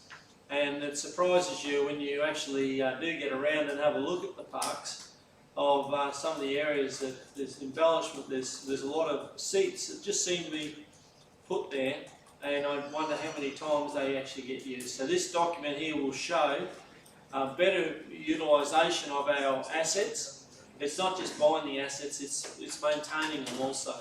So this here is a utilisation document, I feel, and it's much needed. Thank you, staff. Thank you. Councillor Byrne. Thank you, through the chair. Once again, like my colleagues have said, this strategy for me is going to streamline our services for better outcomes for the whole community. Keeping in mind that there are some smaller communities outside of the central parts of the Fraser Coast that seem to have not had the same love that we've had with parks previously. So what I love about this strategy is its fairness and its efficiencies that will be created across the entire Fraser Coast. And I think that everyone has created a plan moving forward that is clear and concise and gives an equity and fairness across the whole Fraser Coast. So I thank you for that. Councillor O'Keefe. Yeah, I just want to echo the sentiments that have been expressed already by the councillors around how much time and effort has gone into getting this strategy to where it's at the moment, particularly the asset data collection. You cannot measure and manage what you know if you don't know that you've got it. And so yeah, we did a lot of work in that area. We know what we've got, and now we can effectively manage it. So thank you. Councillor Cosgrove. Yeah, thanks, Mr. Chair. Just to reiterate the comments of my colleagues and commend the staff involved in this, Paul Rice and as well Roz, and flying through to some of the great work that Max Court and his team are doing through the GIS mapping. This will have tangible benefits with things like mowing schedules, efficiency, things like that. And just to further drill down on the detail, Councillor O'Keefe alluded to, I'll read from the report. Council's existing park network had not been defined, which made it difficult to accurately evaluate existing supply and future demand. Council officers subsequently undertook an internal exercise to capture the existing network and apply classifications to over 900 parcels of land, making up approximately 600 parks. So the gargantuan nature of that is pretty incredible. And one of these is really important, those efficiency benefits, making sure that we have the right parks in the right areas with the right level of embellishment.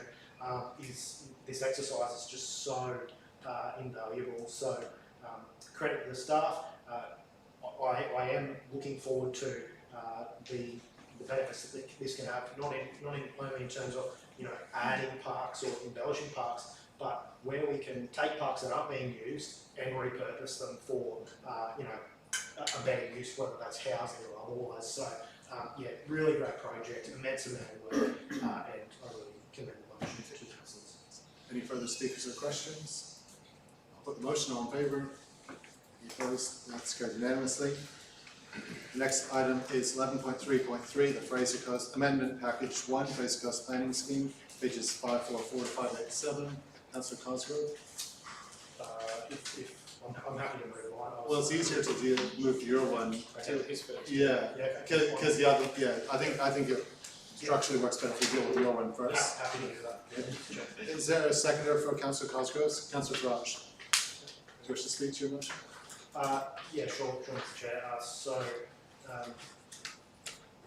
I guess the reason for this motion is I feel probably colleagues certainly, well, I can only speak for myself, but I'm not here to rubber stamp things. I'm here to make sure I've done my due diligence and making sure that I'm really comfortable with whichever way I'm voting. I feel like today, due to some of the things that I'm trying to feel like I could just nut out in questions, I would have to vote against the recommendation because I just don't have the level of comfort that I need to support it, and that's why I'm suggesting that we move to a special meeting in mid-April. Not to say once again that this hasn't been an absolute immense amount of work, but just even in questioning the agenda forum last week, there was an item where there's a change being put forward that I don't feel I support. And to me, I'm worried that's an iceberg, that there may be a number of other things. So until I can reach that level of comfort, and on balance say that I can support the whole package or there's too many red flags, I just was not comfortable that I could undertake the level of questioning today to get to a comfort point to accept the officer's recommendation. So that's the reasoning. Not at all against the work that's been done. And this is such an important process, and that's why I really want to take pause and make sure that I have enough information to do the right thing by the community. And just for clarity, the motion we're dealing with now is that Council, 1, hold a special meeting at 9 AM on Wednesday, 16th April to consider Amendment Package 1, Fraser Coast Planning Scheme, and 2, that item 11.3.3, amendment package 1, Fraser Coast Planning Scheme be listed for discussion at a special meeting held on Wednesday, 16th of April. And I'm sure we'll also get a foreshadowed motion of the recommendation. I was going to move a foreshadowed motion too. Okay, I was going to go to Dennis first. Yeah, raise hand. I'd just like to ask a friendly motion because 11.3.4 also ties in with 11.3.3. So if I would actually like to. Yeah, I imagine you're happy to change that? No, Mr. Chair, I have raised that with the executive, and they assured me that they could be, assuming that councillors are willing to move forward with land use planning, that they can be dealt with separately. Oh, okay. Well, I was told the other day that. Yeah, and I further clarified that, and they said. Thank you. I'm happy with that. Yeah. Councillor Truscott? Yes, I'd like to move a foreshadowed motion that we, if this failed, to move to the. Yeah, to the recommendation. Okay, you got that? Yep. Any further speakers or questions? Yeah. Councillor Truscott? I'd like to speak against the adjusted motion, because what we're voting on here today is only the first step of a 12 to 18 month process. There can be further workshops along the way if necessary, and we or someone else can suggest changes along the way. The state can also overrule even if we change it. It also has to go to public comment like it did in 2013 when I was there, and the public made incredible upset about some things, and the planning scheme was changed as a result of their concerns. So I think we should approve it as it is because of the length of this process, and move it on, because it's a very long process, so it's not delayed. Thank you. Councillor O'Keefe? Yeah, I've just got a question about timing and whether it's really essential that it get determined today. The reason being that I, like my colleague Phil, I am probably feeling a little bit more confident with the officer's recommendations, but I do understand that there would be a number of councillors in this room that would like to have more time to delve further into the documentation. Will it substantially change the end result by having another meeting in April? Through you, Mr. Mayor, and thank you, Councillor O'Keefe. The simple answer is no, because it is a very long process. So we've been going for several years. There's 18 months to 2 years to still go. So essentially, given we're the 26th of March now, the 16th of April, 2 weeks in 2.5 weeks in a 4-year project is not a significant delay. The reality is there will be other delays along the way, and this gets the state interest checked. There are parts of the process where we don't control the timeline, and we just have to wait. And calendars have been checked to see whether that can happen, that meeting? That meeting is a Wednesday, which is reserved for the concept forum. So okay, yeah, thank you. Councillor Truscott? Thanks, Mr. Mayor. I'll speak in favour of the motion. I appreciate the comments raised by Councillor Truscott and O'Keefe, and that there are people that will have more confidence in it. My thought is purely that if any colleague in this room said they wanted more time to read a 3,000-page document, I would happily say yes, I support that. Any further speakers or questions? I'll put them. Oh, there was a speaker again. See if we're ready to reply. If you wish to take it up.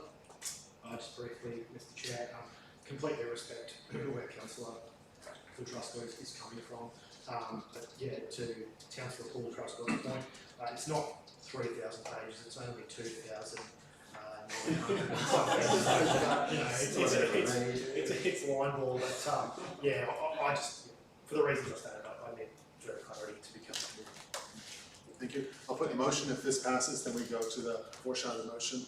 All in favour? All opposed? That's carried 9-2. We'll go to item 11.3.4, the Nickenbaugh and Dundown Growth Area Investigation, pages 588 to 636. Move Councillor Chapman, seconded Councillor Cosgrove. Do you wish to speak to this? Mr. Mayor, I just think it's a document that is looking at the growth and for to be investigated in these two areas, which has got major growth.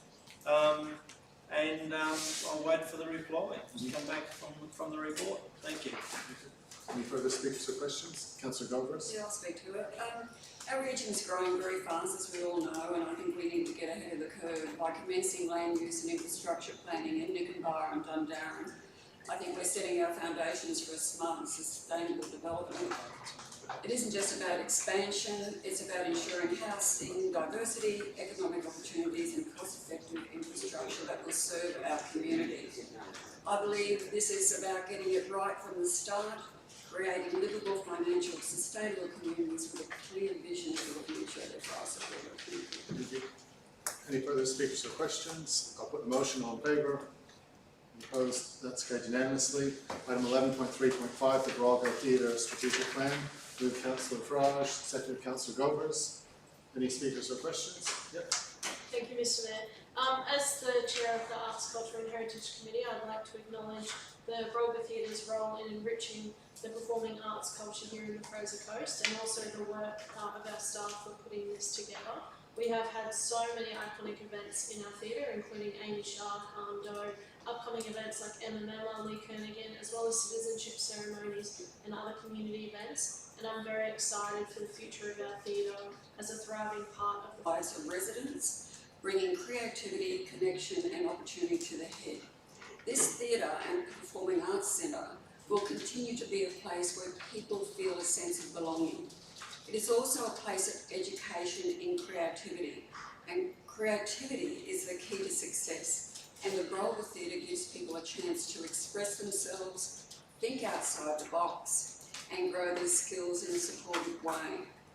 The Broadway Theatre is a space that quite literally endorses the Fraser Coast Regional Council's commitment to building better communities together. This strategic objective helps create a lively, welcoming culture scene where everyone can switch off from their screens and enjoy the real joy of entertainment and creativity. Any further speakers or questions? I just want to point out that the very first concert of the Fraser Coast Orchestra, founded last year, is on the 29th of May. Yes. Did you get their tickets? Yes. We're not at proms. It's a really good occasion for having an orchestra which represents our region, which brings together the talent, the incredible musical talent of our region, and to represent us and perform regularly. It's a real big achievement that it's been created. It's something that's been missing for a long time, and yeah, really excited about that first event on the 29th of May. I'll put the motion. All in favour? Opposed? That's carried unanimously. Item 11.3.6, the Fraser Coast Community Grant Round 3. Moved Councillor Paul Truscott, second Councillor Phil Truscott. Any speakers or questions? Mr. Mayor, the support here of Councillor Truscott's motion with his grants. There's nearly $60,000 that's been given out into the community, and when you have a look at things like for solar panels, for batteries, for crime prevention promotions, laptops, presentation equipment for groups. These things are much needed within our community. It's harder and harder for small groups to raise money these days out in the community.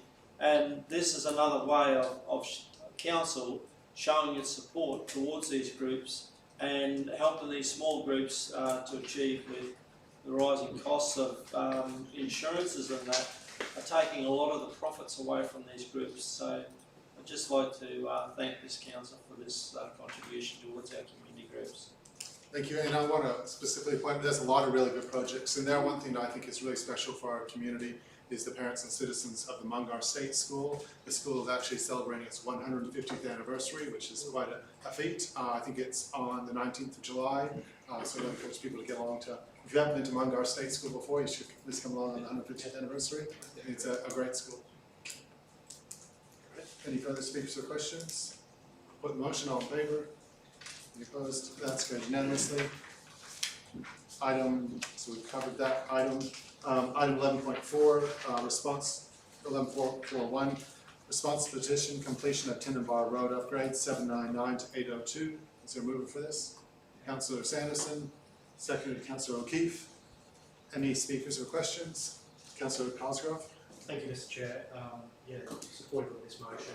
Just wanted to commend Councillor Sanderson on his continuing advocacy on this matter. I can't say that he gets a whole heap of love, but he certainly speaks up for the residents of Tinenbar, and I commend him for that. Councillors recently benefited from a tour of many coastal communities, including Wanneroo, mainly to say it's a tough ask, but Councillor Sanderson is very consistent and very firm in his advocacy on this matter, and I commend him for that. Any further speakers or questions? I'll put the motion, all in favour? Any opposed? That's carried unanimously. Move to item 12.1, review position of deputy mayor. This is put on the agenda by the deputy mayor, page 899. Is there a seconder for this? Yeah. Councillor Farage? Yep.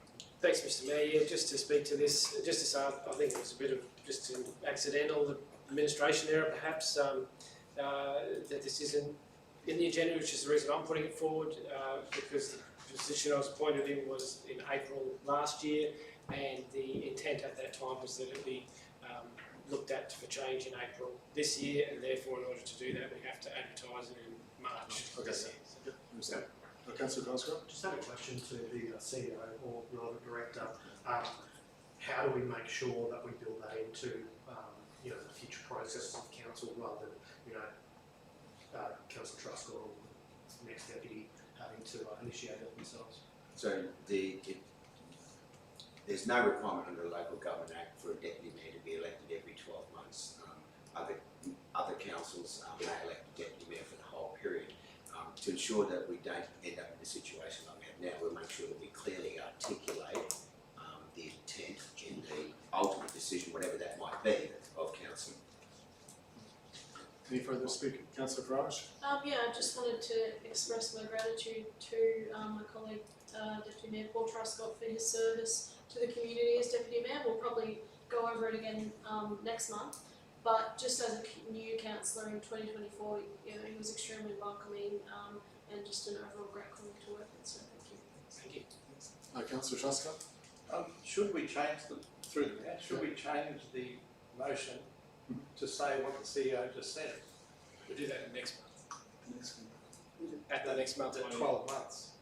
Yeah, but at the next month one, you'd have an item in that would say it would be reviewed in March 26th. Yeah, I mean, it may be that council has a different view next month. We did that last year, I thought. Any further speakers or questions? I'll put the motion then, all in favour? Any opposed? That's carried unanimously. Item 12.2, request for a report that identifies sites within Bothwell that may be suitable for RV stopovers. This is on supplementary agenda, page 900. This is moved Councillor Chapman. Is there a seconder for this? Councillor Phil Truscott. Yeah, I'm seconding it, just to create debate, to allow debate, even though I don't agree with it. Okay. Councillor Chapman. Thank you, Mr. Mayor. Mr. Mayor, this is all about, since I've been in council for about 9 years, and I think it's even gone along a lot further than that. There's been this debate about economic development in Bothwell, and as there's people in Bothwell are saying that there's no, because of the lack of caravans coming in, there's been numerous reports as the officers will ask a question later on about the different reports. That's a question on notice, I'd say, but there's been so many questions asked about economic development in Bothwell, about caravans, if they should come into the centre, the Rosendale Park, and this motion is all about just getting all the documents together and doing a review on the whole thing to see what is the best fit for the little town of Bothwell. But I'd just like to ask the CEO a question. That's virtually what I'll speak on, and I'll keep. But we heard during a community presentation that there was never been any authorisation for Rosendale. So is that correct? How can the council be running a RV site if that's never had authorisation? Was that correct? Yeah, thank you for your question, Councillor Chapman. No, it's not correct. The Rosendale Park has been operating as an RV stopover from at least 2011, probably for many years before that. On the 15th of June 2011, the existing use of Rosendale Park was acknowledged in the report to Council on overnight RV camping in the Bopple area. In June 2013, the Council confirmed Rosendale Park as available for overnight RV camping. In July 2013, the former CEO confirmed in writing to residents in the Bopple area that Rosendale Park is a designated RV stopover. The Council also considered on March 2019 the Fraser Coast Recreational Vehicle Strategy and adopted that strategy, which included Rosendale Park as an RV stopover. So the suggestion that Rosendale is not authorised by Council or illegal is wrong. Okay. Are you still speaking to something? Okay, Councillor Truscott, you're speaking against? Yes, I speak against. Look, I've been over this since 2011, which is just before I became elected, and that I personally know, it could have been going on since then. And by the way, I'm not against increasing RVs in Bopple at all, just by the way, but I'm just talking on this particular motion. I represent the majority of Bopple people, and nobody, the door's always open, so nobody has ever asked me to close Rosendale. To the contrary, I put out a little bit of a survey and I've got responses from people. I asked them to email me, take the trouble to email me, which they did, and 100% said leave it open. There wasn't hundreds, but there was about 40 or so. So therefore, you know, I think it should remain open. The other thing is, the third thing, this is the last thing I'll say, I hate wasting ratepayers' money, and especially when this has been going on for 14 years that I know about by the same people, and this complaint has been dealt with. So I'm voting against. Are there any further speakers in favour? Any further speakers against? Councillor Byrne? It's actually, I have a question. Yeah. Thank you, Mr. Mayor. Probably to the CEO. Would you suggest that Rosendale was run along the lines, or it falls into the strategies and policies that already exist for every other overnight RV stop on the Fraser Coast? It's consistent use with. Well, I don't know if I understand the context of the question. What I can say is that it is part of the Council's recreational vehicle strategy. So it's no different to any other RV stopover that we have. That was just my question. Thank you. Any further speakers or questions? Councillor O'Keefe? Yeah, I'll be voting against this. This matter's been dealt with many times before.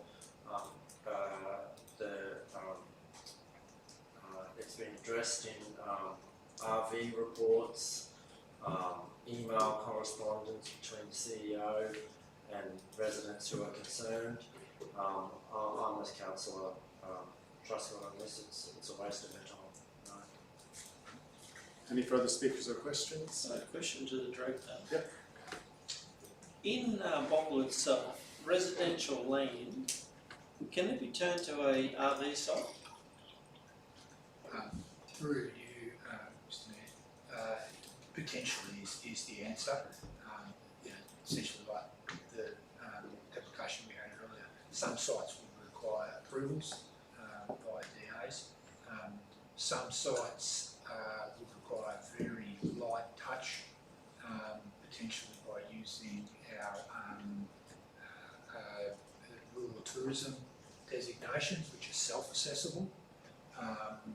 But I couldn't get that to apply to, you know, smaller lots in the centre of town, but lots very close to town. You could potentially do that under self-assessable guidelines, and there's also some commercial zoned land there too, which would go through a different pathway. So there's nothing that prohibits it, but it would be. So Council could look at that if someone wanted to do it. Yes, and further, you know, through you, Mr. Mayor, CEOs explained some of the history, but Illusion is all this together. This has been, I look at the time, illusion is all this together. This has been, I look at the time and effort and everything like that that's gone into these little community towns, and one is Bopple with the RVs and that. And what I'd like to do is just put this to bed and just see it finalised. And that's what this report is all about, is to bring it to conclusion and let's move on for a better community. I'll put the motion. All in favour? 1. All opposed? 10. That's lost 1. 10. The next item is item 14, general business. Councillor Cosgrove. Thank you, Mr. Chair. I'd like to move the council introduce a new item on general business to request a report on infrastructure charges. Yeah, is there a seconder for that? Councillor O'Keefe. I'll put the motion. All in favour? Any opposed? That's carried unanimously. Councillor Cosgrove. Thank you, Mr. Chair. I move that council be provided with a report that considers increasing all infrastructure charges to the maximum allowed state government caps. The report should include detail of the increasing costs of providing trunk infrastructure, growth levels and the potential revenue which could be achieved by moving from the current discounted rates to the full state caps charges. Is there a seconder for that? Councillor Wheeland, do you wish to speak to this? I will, Mr. Chair, thank you. I hope that councillors are pretty across the fact that this is a real beat. I've got to be in my mind about this one, and have had for some time, to the point where I feel like we need to act, because to be honest, when you consider the rates, impacts and rises that our community are facing, I can't look a community member in the face and say we're doing everything we can if we don't increase these charges to the maximum. There will be cases under the current incentive policy which will be covered for incentivising development which is special or has a greater purpose for the region. But look, I think historically we've had our cities broken down into two categories. You know, when I won a reality TV show in 2011 and I won 50 grand, I probably could have bought a block in town in Maryborough at that time. So contextually, you know, the amount of fee was a lot larger as a proportion, but now Maryboroug's come along, and you know, as a proportion, this doesn't present such an impost to developing land in Maryborough, as an example, that we couldn't harmonise, at least amongst Maryborough Harvey Bay. I've had conversations with Councillor Truscott, you know, in places like Tyrrell and rural areas. I'm willing to have that conversation further to this report as to whether we look at any leeway there. But the reality is that you know, you speak to our directors, and the amount that we are allowed to charge does not cover anywhere near the trunk infrastructure costs that we then incur on the LGIP. So, you know, an estimate is we can charge about $34,000 per lot, and that lot will incur around $50,000 of cost to the ratepayer then that we are obliged to deliver under the LGIP. And so, at some point, the community is going to pay, whether they're buying a new house or paying rates. And ultimately, you have to ask that development and that lot, what type of community and facilities are they being built into? Do they have good parks? Do they have roads that aren't crumbling? Do they have the trunk that they need to actually live in a livable place? Because if we cut here, we're either going to have to turn the dial harder on rates, or have those cut services, that crumbling infrastructure, etc. So look, there's a campaign by the LGAQ to have these fees indexed and increased far greater than the caps are currently. Let me be clear, the caps are too low. And for us to take part in that campaign, we need to set our fees at the maximum. Market forces control, you know, house prices, because I understand that you can make an argument around, oh, you know, this is going to add $2,000 to the cost of the house or what have you. But the reality is that market forces control that. I don't think this is going to destroy development in our region. I think you'll still see it happening, and I think we need to be getting every dollar we can to ensure that every community in our region is a livable one. You got the slogan in there. Yeah, Councillor Bill Truscott.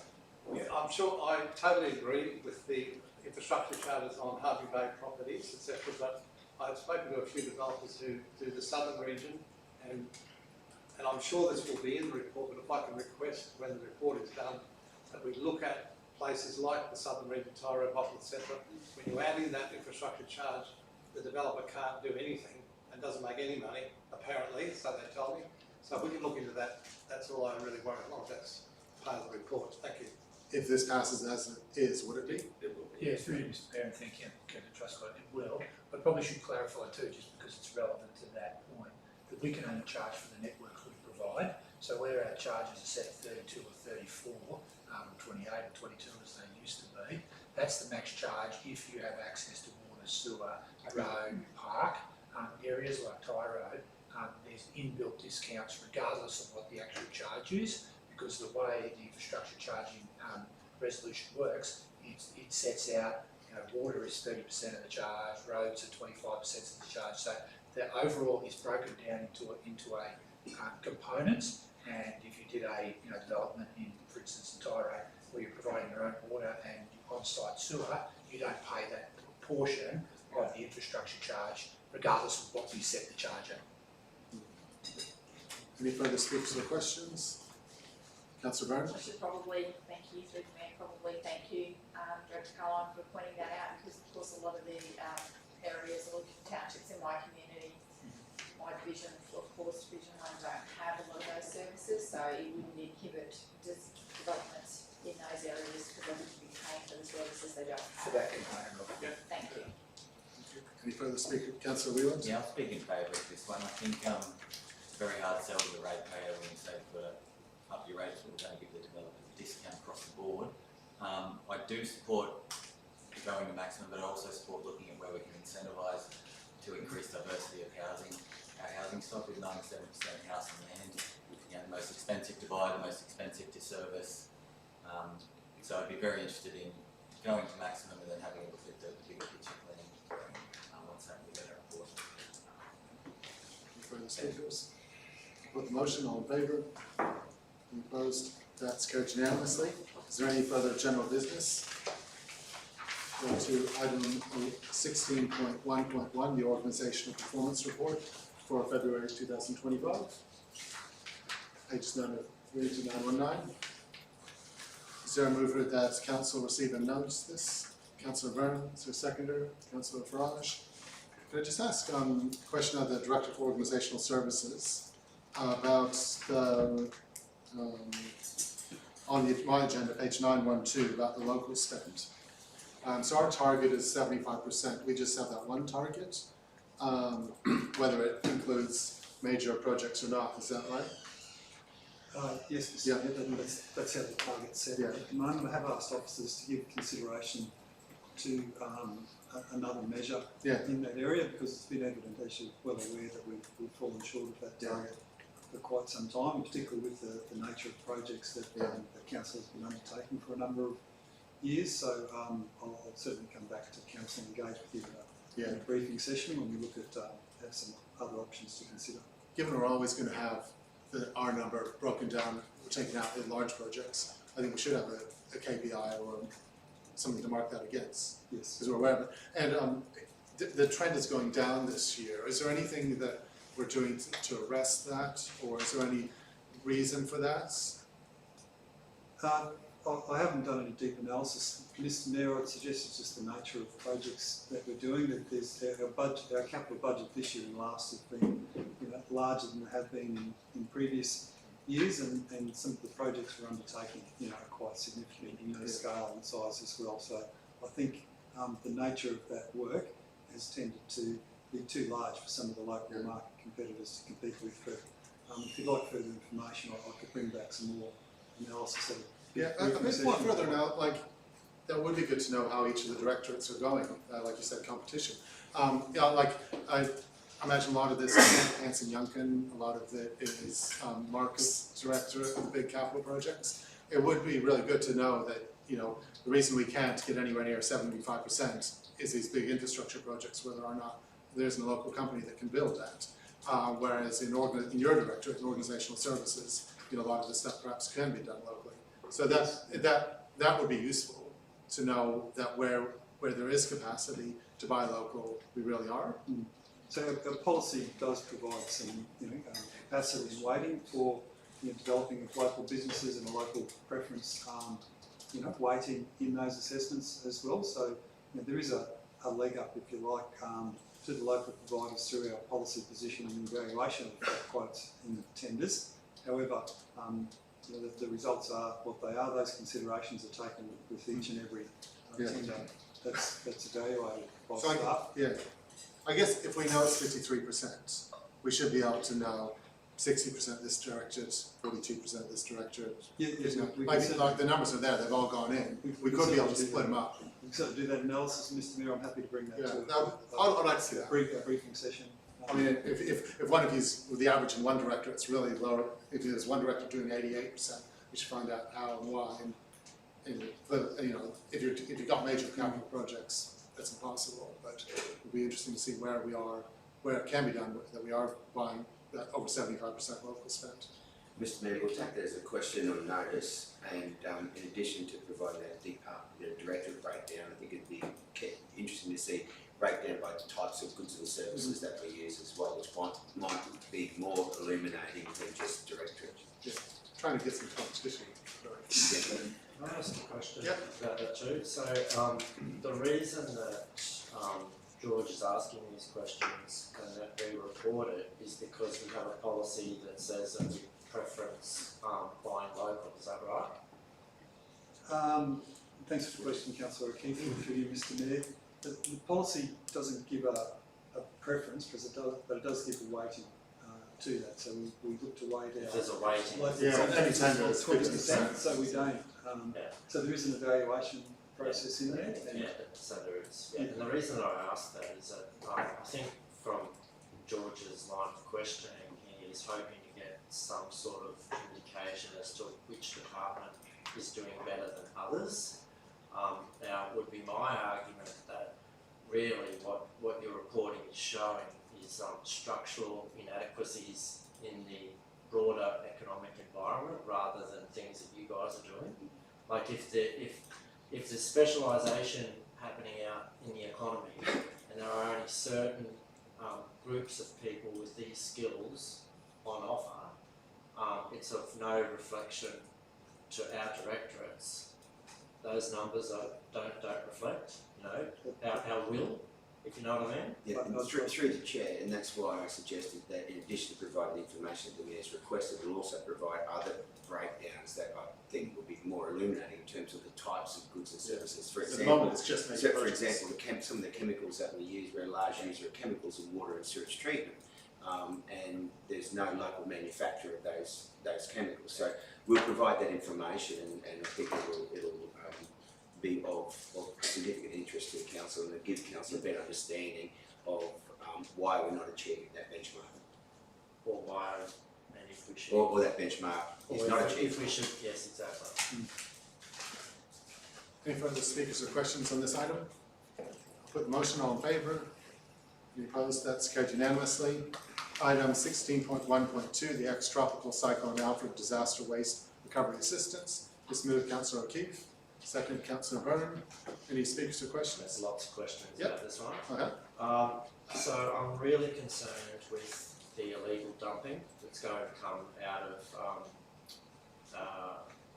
our policy to help with the cleanup. What are we able to recover our costs to get things back to a normal state again? Yeah, so just through the chair, I'll take that question. The arrangements that we put in place are to be able to assist residents who have been impacted by the flooding and damage caused by the ex-tropical cyclone Alfred. And so there's criteria under the Queensland Reconstruction Authority when it comes to curbside bulk collections like this to recover costs associated with the arrangements to ensure that property is safe, habitable and accessible. And that's generally isolated to residential properties. And so when we put out our communications on that, it's really focused on trying to support those people that have been impacted by the flood event. We provide some additional support for businesses through this process as well. Some of those costs may or may not be recoverable through QRA arrangements. In addition to that, we've had waivers for the waste levy expense associated with disaster waste, which has also been approved through until early April. And so we're actively working to get out there and service all the people that have registered to have waste collected from their damaged sites. Appreciate the feedback that that there's some other waste types that have found their way out onto the curb as well. It makes it very difficult for staff to coordinate these sort of responses. However, the program overall, the recommendation of the report is really there to support that and get it back to the so Yeah, and so my concern is not about the people who have gone through the right processes and asked for help and applied for help.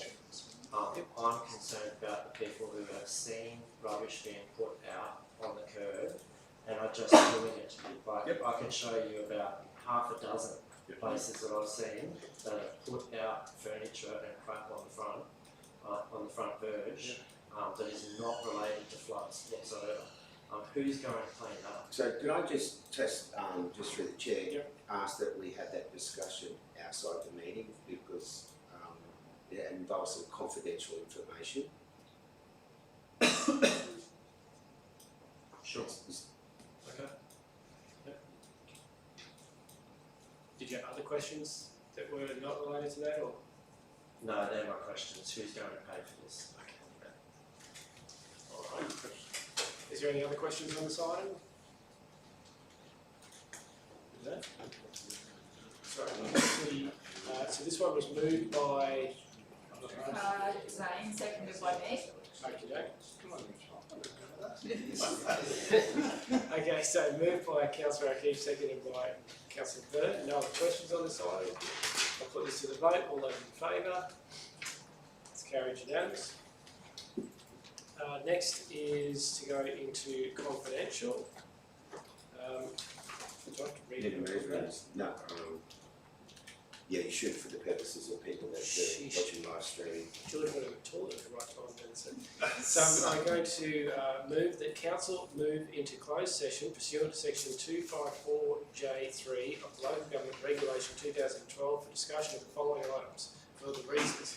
1. In accordance with section 245J3G, it is necessary to close the meeting to discuss ordinary 15.1 exemption under section 235B Local Government Regulations 2012 for the provision of body-worn cameras and licensing as it relates to negotiations relating to a commercial matter involving the local government for which a public discussion would be likely to prejudice the interests of the local government, as the discussion will involve contract extension without first invited tenders.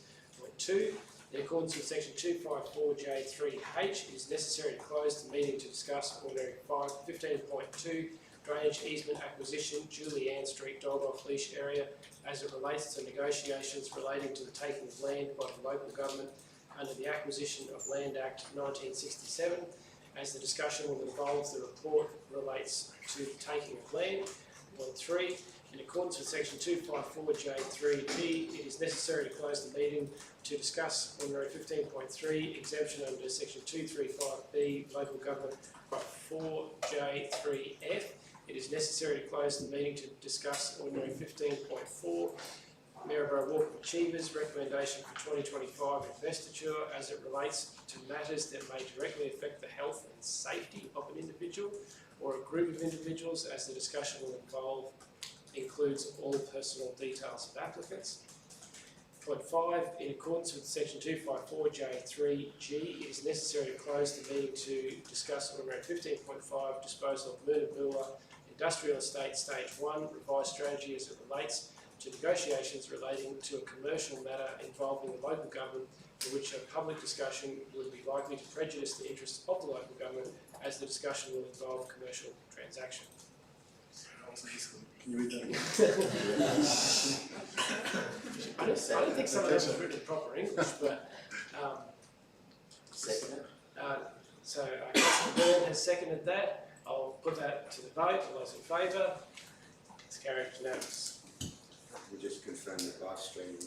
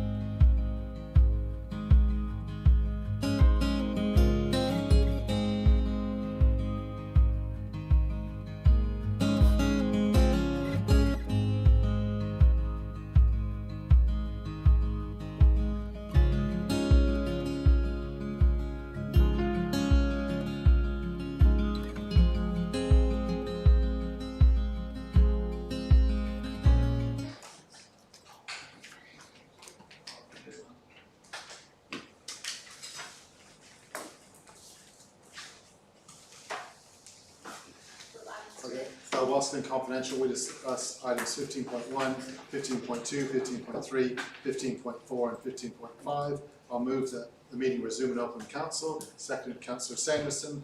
All in favour? Any opposed? That's carried unanimously. Item 15.1, the officer's recommendation is moved Councillor Burns, seconded Councillor Wheeland. Any speakers or questions? I'll put the motion. All in favour? Any opposed? That's carried unanimously.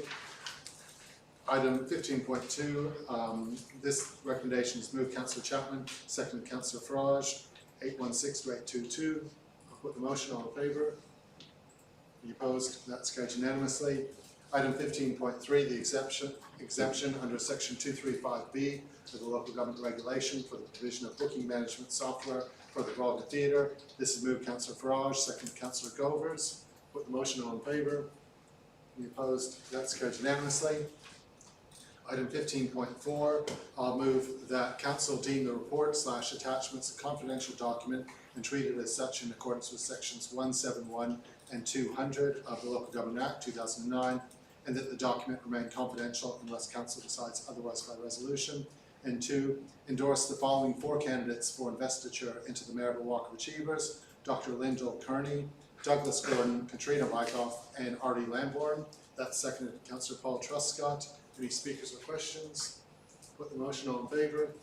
Any opposed? That's carried unanimously. And item 15.5, CEO. Yes, Mr. Mayor, I'd like to request that item be pulled. The officers no longer have confidence in that recommendation. So that's, I'm taking from the agenda. There are no further late items? If not, I'll close the meeting at 1:40. Thank you. Thank you, everyone. Thank you.